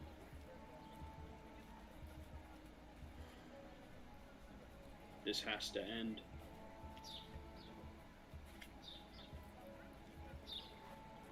I think you know that.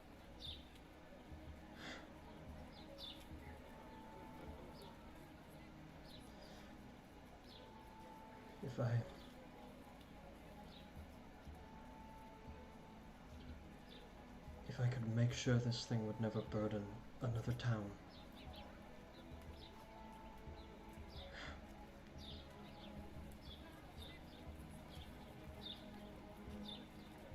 I just can't bring myself to believe it. And I can't bring myself to break into that crypt.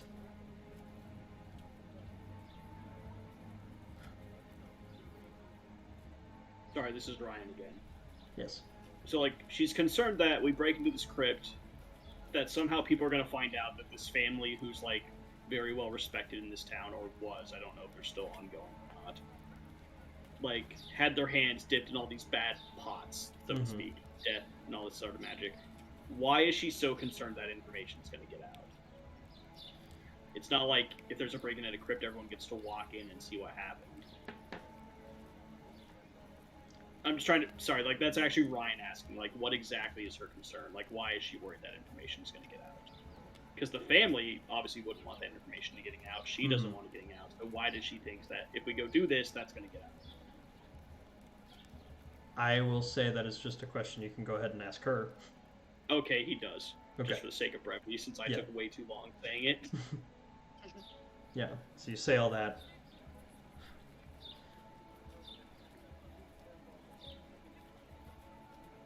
Because there are already rumors. As much as I'd hate to admit it. This town isn't... I don't think most people know it's that thing, but...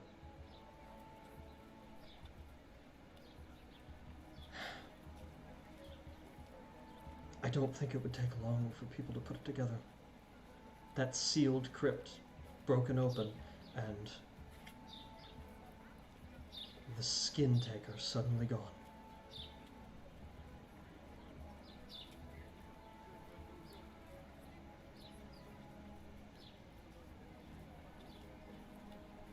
What if we change the narrative they heard?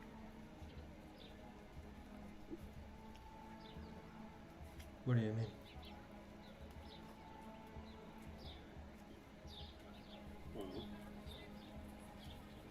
What if there was some plausible evidence, something that showed that you were able to find it and stop it?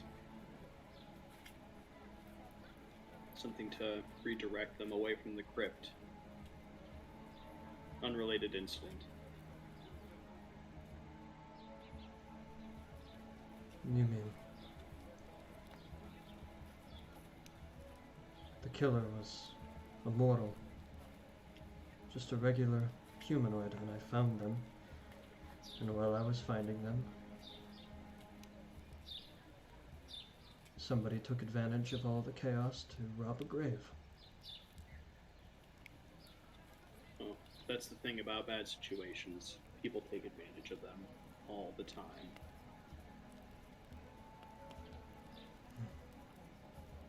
Besides, big respected family, like you said, surely someone would have thought to rob it. Who knows what you might find in a place like that.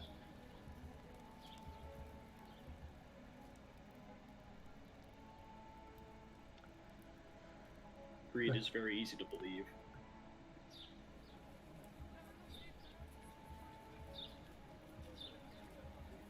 Are you proposing that I let you be the one to break in there and do this?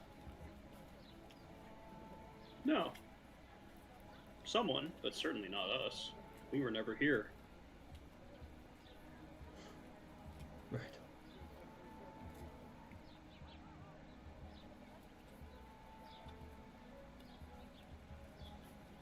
People are gonna want names, bodies. Can't just say I found the worst serial killer this city's seen in over a decade, and the grave robbers and not show anyone. Not have something.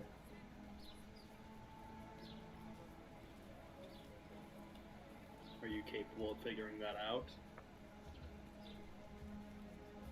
We're going to be doing the hard part with all due respect.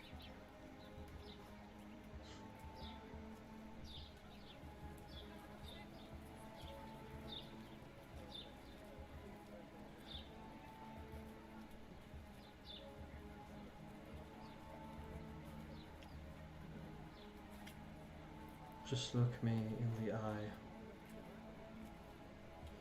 and tell me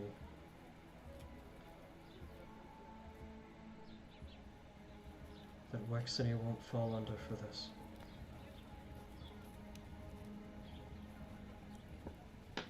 Again, Ryan talking. I mean, there's no reason it would, right? City didn't. I mean, yeah, that one family might have done some shit, but I mean, the city as a whole didn't do anything wrong. Like, Side Shield doesn't wipe out towns. Yeah, I mean, yeah. She is perhaps speaking more generally, but if she does her end of your plan, you don't see any reason that it will. Yeah. You lay down these pieces correctly, we do our part. Everything will go back to normal within a week. Like I said, bad things happen all the time. People are too quick to move on from it sometimes.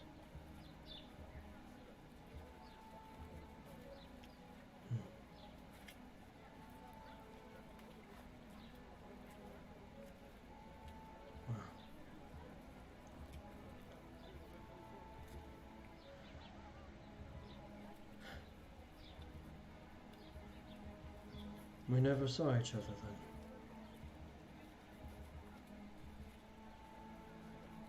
Don't even know what you look like. Good. And she will go ahead and walk out.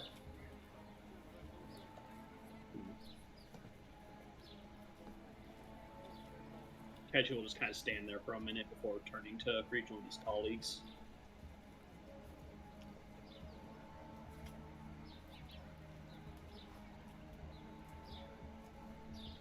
He's kind of looking just to see, like, we good? Was that a problem? Because I did kind of speak on the group's behalf, but... Well handled, my friend. Nah. Fear's an emotion I know well. So, luckily I could relate to that. Spoke from the heart. Yeah, but don't tell anyone. Secret safe with me, pal. He gives The him name another Wrath. high five. The name Wrath, you know, he returns it. The name Wrath's just like, you know, I'm gonna get a lot of shit for it if it's like, oh my god, you actually care about these people. Oh, I can't do that right now, you know? We'd never want to break that illusion. I hear ya. Yeah. Alright. I mean, my name's Skyblade. People knew I was a softie. It'd all be over, so I get it. Sorry, that was Ryan, not a cut sheet. What about Weaver? Weaver will just listen to the two of you looking back and forth, just pressing their fingers in just a triangle shape. A deep sigh will be heard, and a hand will go up for a high five. Yeah! What's up? Feller Triangles. jumps to high five. Takes him 2 tries. Yeah, it's Weaver just keeps moving his hand, just ever so slightly, very quickly, as soon as your hand gets close. But eventually will allow you to have it. Yeah, there it is. Yeah. To the catacombs. Yeah, anyone ever And broken into a crypt before? Yes. And out of one. Wow. Wow. Okay. I've been to the org a few times. I don't know if that counts. My It answer was doesn't. going to be never sober, but you took the cake on that one. Alright, let's get going. If she's doing her part, we need to get this done, preferably tonight. That way Roll all out. the details line up. Okay. And with that, the conflict of the session is over. The choice was made. The skin taker has been defeated. And now, pull all of you to this graveyard real quick. Oh. So,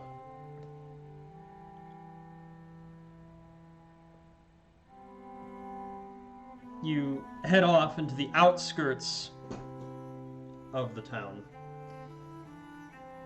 And you're able to pretty easily find the old patches of land where the grave markers lie.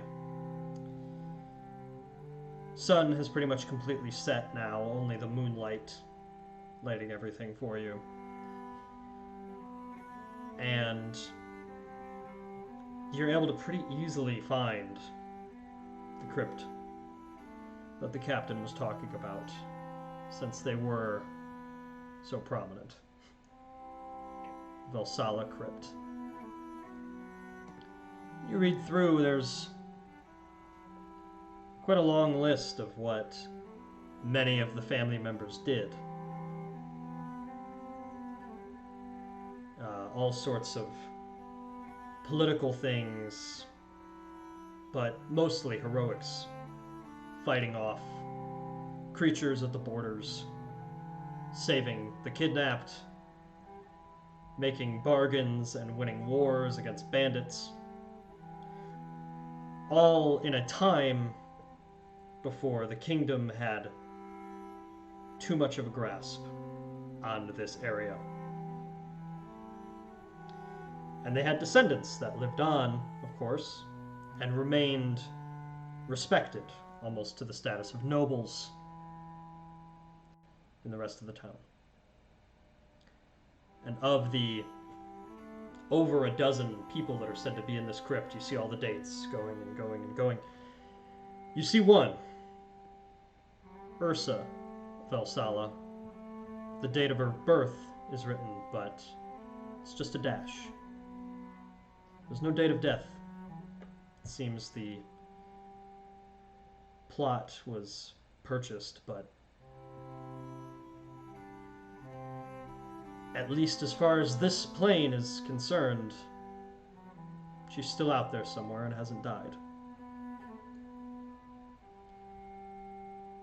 Now, around the time it takes you to get here, discern all of this information, and sneak into the crypt,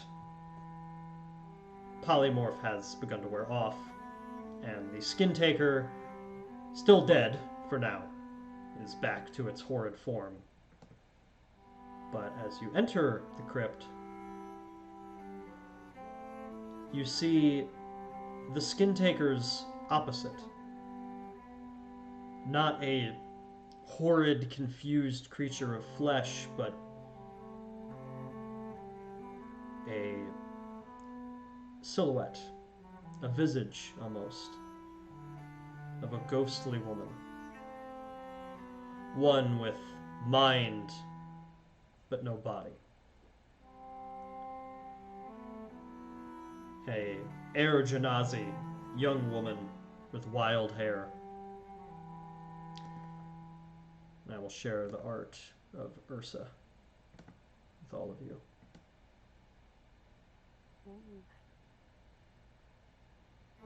And as soon as you come in, she just seems to look to the three of you with recognition.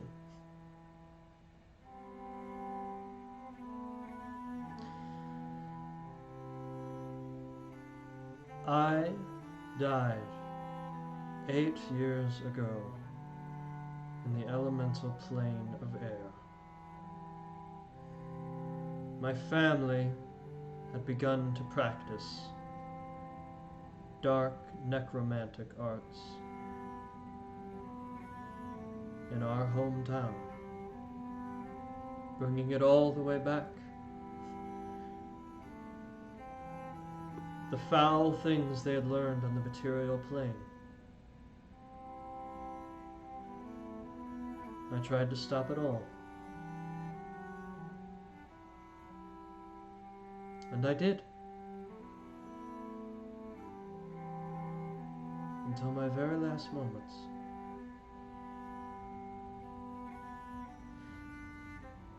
But you hold right there that.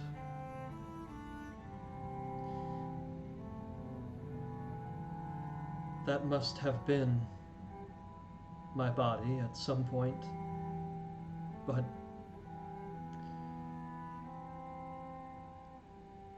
It has been hunting for me for a long, long time.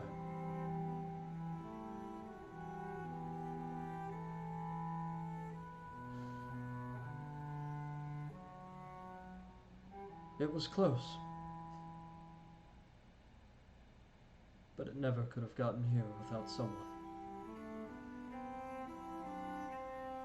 And she will sort of float toward one of the large stone caskets that are in here and just summon forth a gust of air almost effortlessly. Still in her ghostly form, her raw power as a sorceress seems apparent as she just channels air and almost like telekinesis just lifts the stone away gently and sets it down. And you peer inside, and half together and half swept, twisted and mangled as if it had gone through a hurricane so strong that it was no longer quite solid. You see whatever is left of her body. What was somehow between the planes as she was returning home, twisted and ended up here, while the skin taker ended up somewhere else. And she just looks down to it with her arms folded. Just bring it close. It's waking up now. This will be over.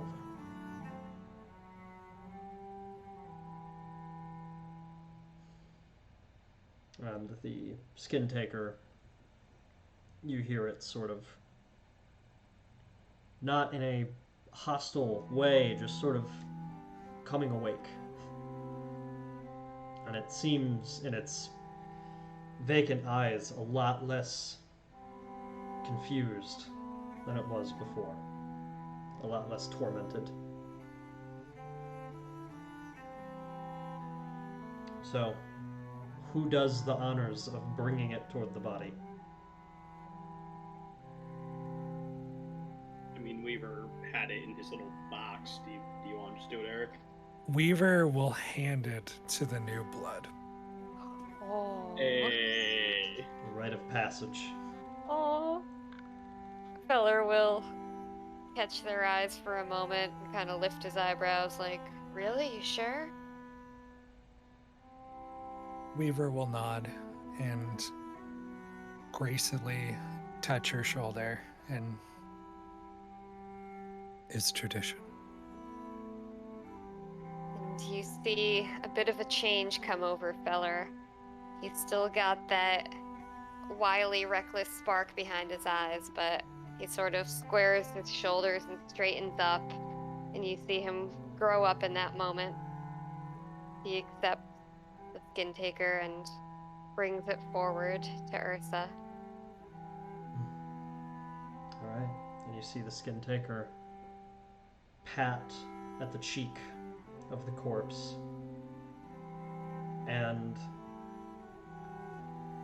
in a process not nearly as grotesque as you had come to anticipate, it just sort of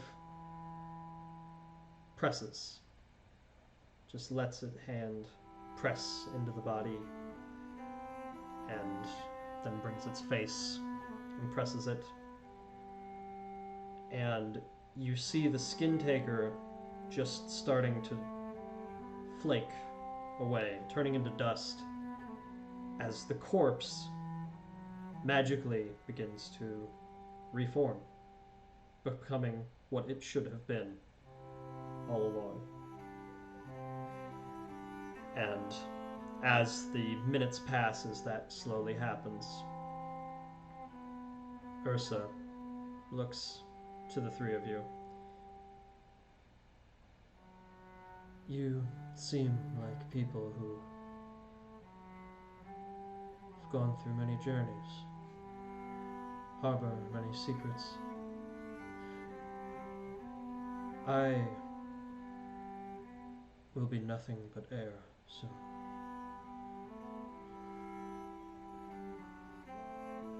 But I would like to extend deep gratitude. The things that some of us see, that some of us keep secret, so none others have to.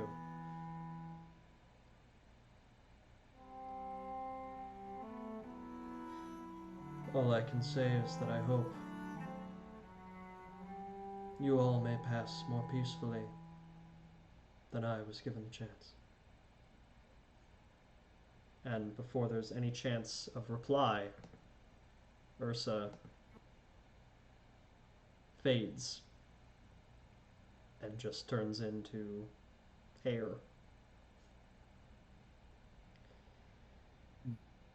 And that, One small thing.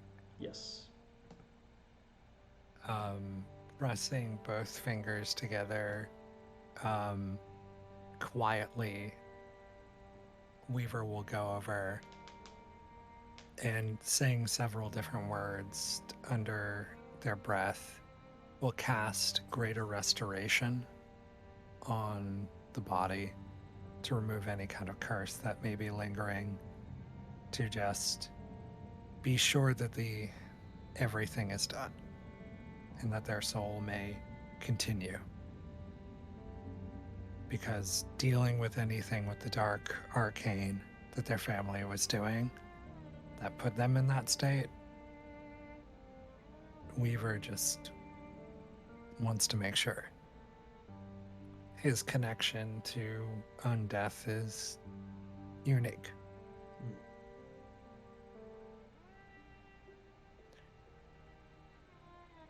All right. And then he will sort of disappear.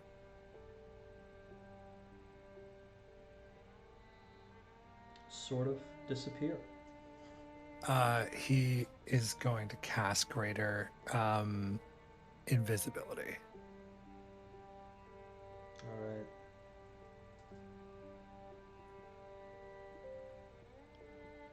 And this is, I assume, with Weaver, this is the sort of fading in and out of your role as a shield, as you have done many times before. Yeah. Coming when needed, fading away when not. Never quite known face to face. Yep. All right. So with that, it is just the two of you, the rookie and the samurai, left in this crypt to, as always, keep the story in your mind and never let it leave, and go home. This is pretty much as well wrapped up as it could have possibly been.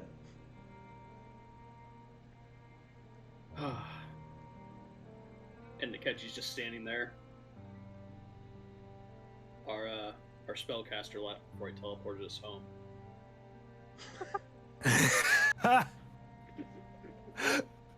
Well, good thing I got a griffin. And he'll Hold whistle on. into the night. Grabbing both of your hands, totally still in the room, hearing that, he will teleport you, all three of us, back. I'm sorry, Mark. I just had to point that out. I was like, wait a minute, we have to walk back now. It's Wait, like, just stranded Wait. you. What a son of a bastard. bitch, that's gonna take like a week. Thought we were a team. They're gonna think we're dead. Yep, walking out of that tomb. Good luck. Oh. All right. So I will pull everybody back to the cover. And in closing, we will simply say that as the weeks go on, you hear some word from Wexany. And the word is that Captain Nomi maintains her place. There were crypt thieves, but they were apprehended before anything was able to be taken.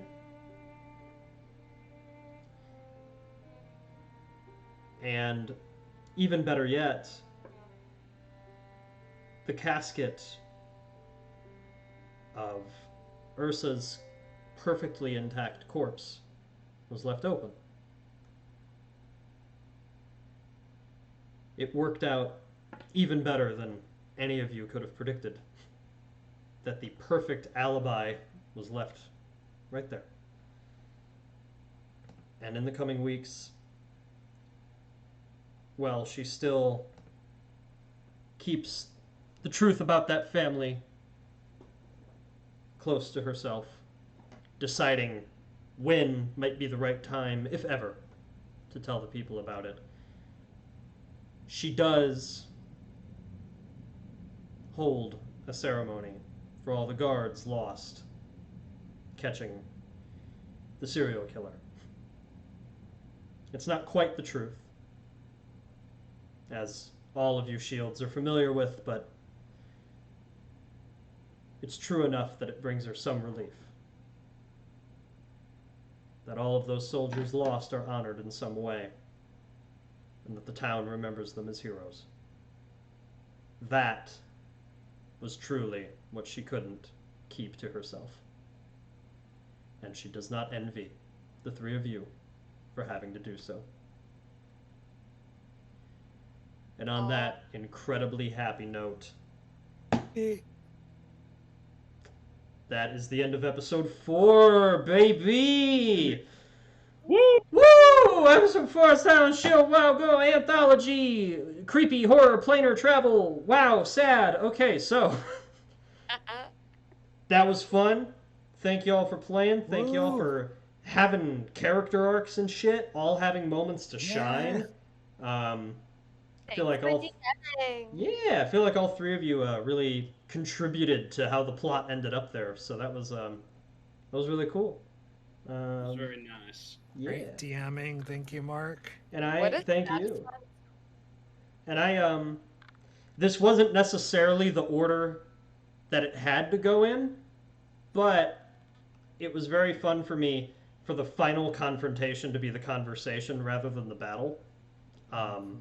I've never, and I didn't even structure it that way on purpose, but I've never quite had that like be how it went in a session. We're too good. Yeah. Yep. You know, and that's the thing. And the fight was never going to be like super, super hard. It just would be like, you know, it's not dead. Like that would be the issue. But, you know, there was obviously a variety of directions it all could have gone in.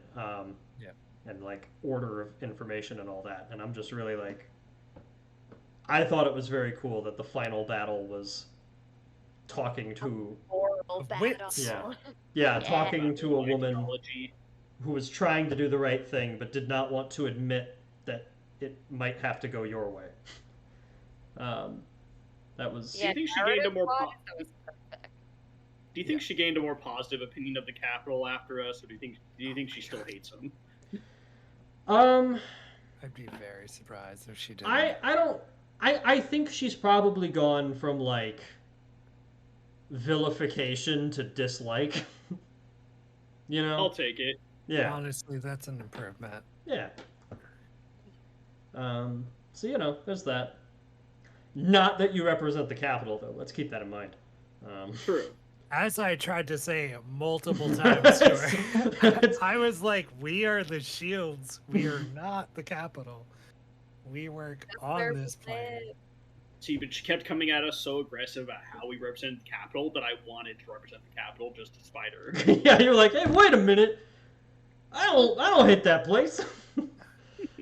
All right, everybody, thank you for tuning in. I'm going to go ahead and close off the stream. We got the finale of Rising Ash coming this Tuesday.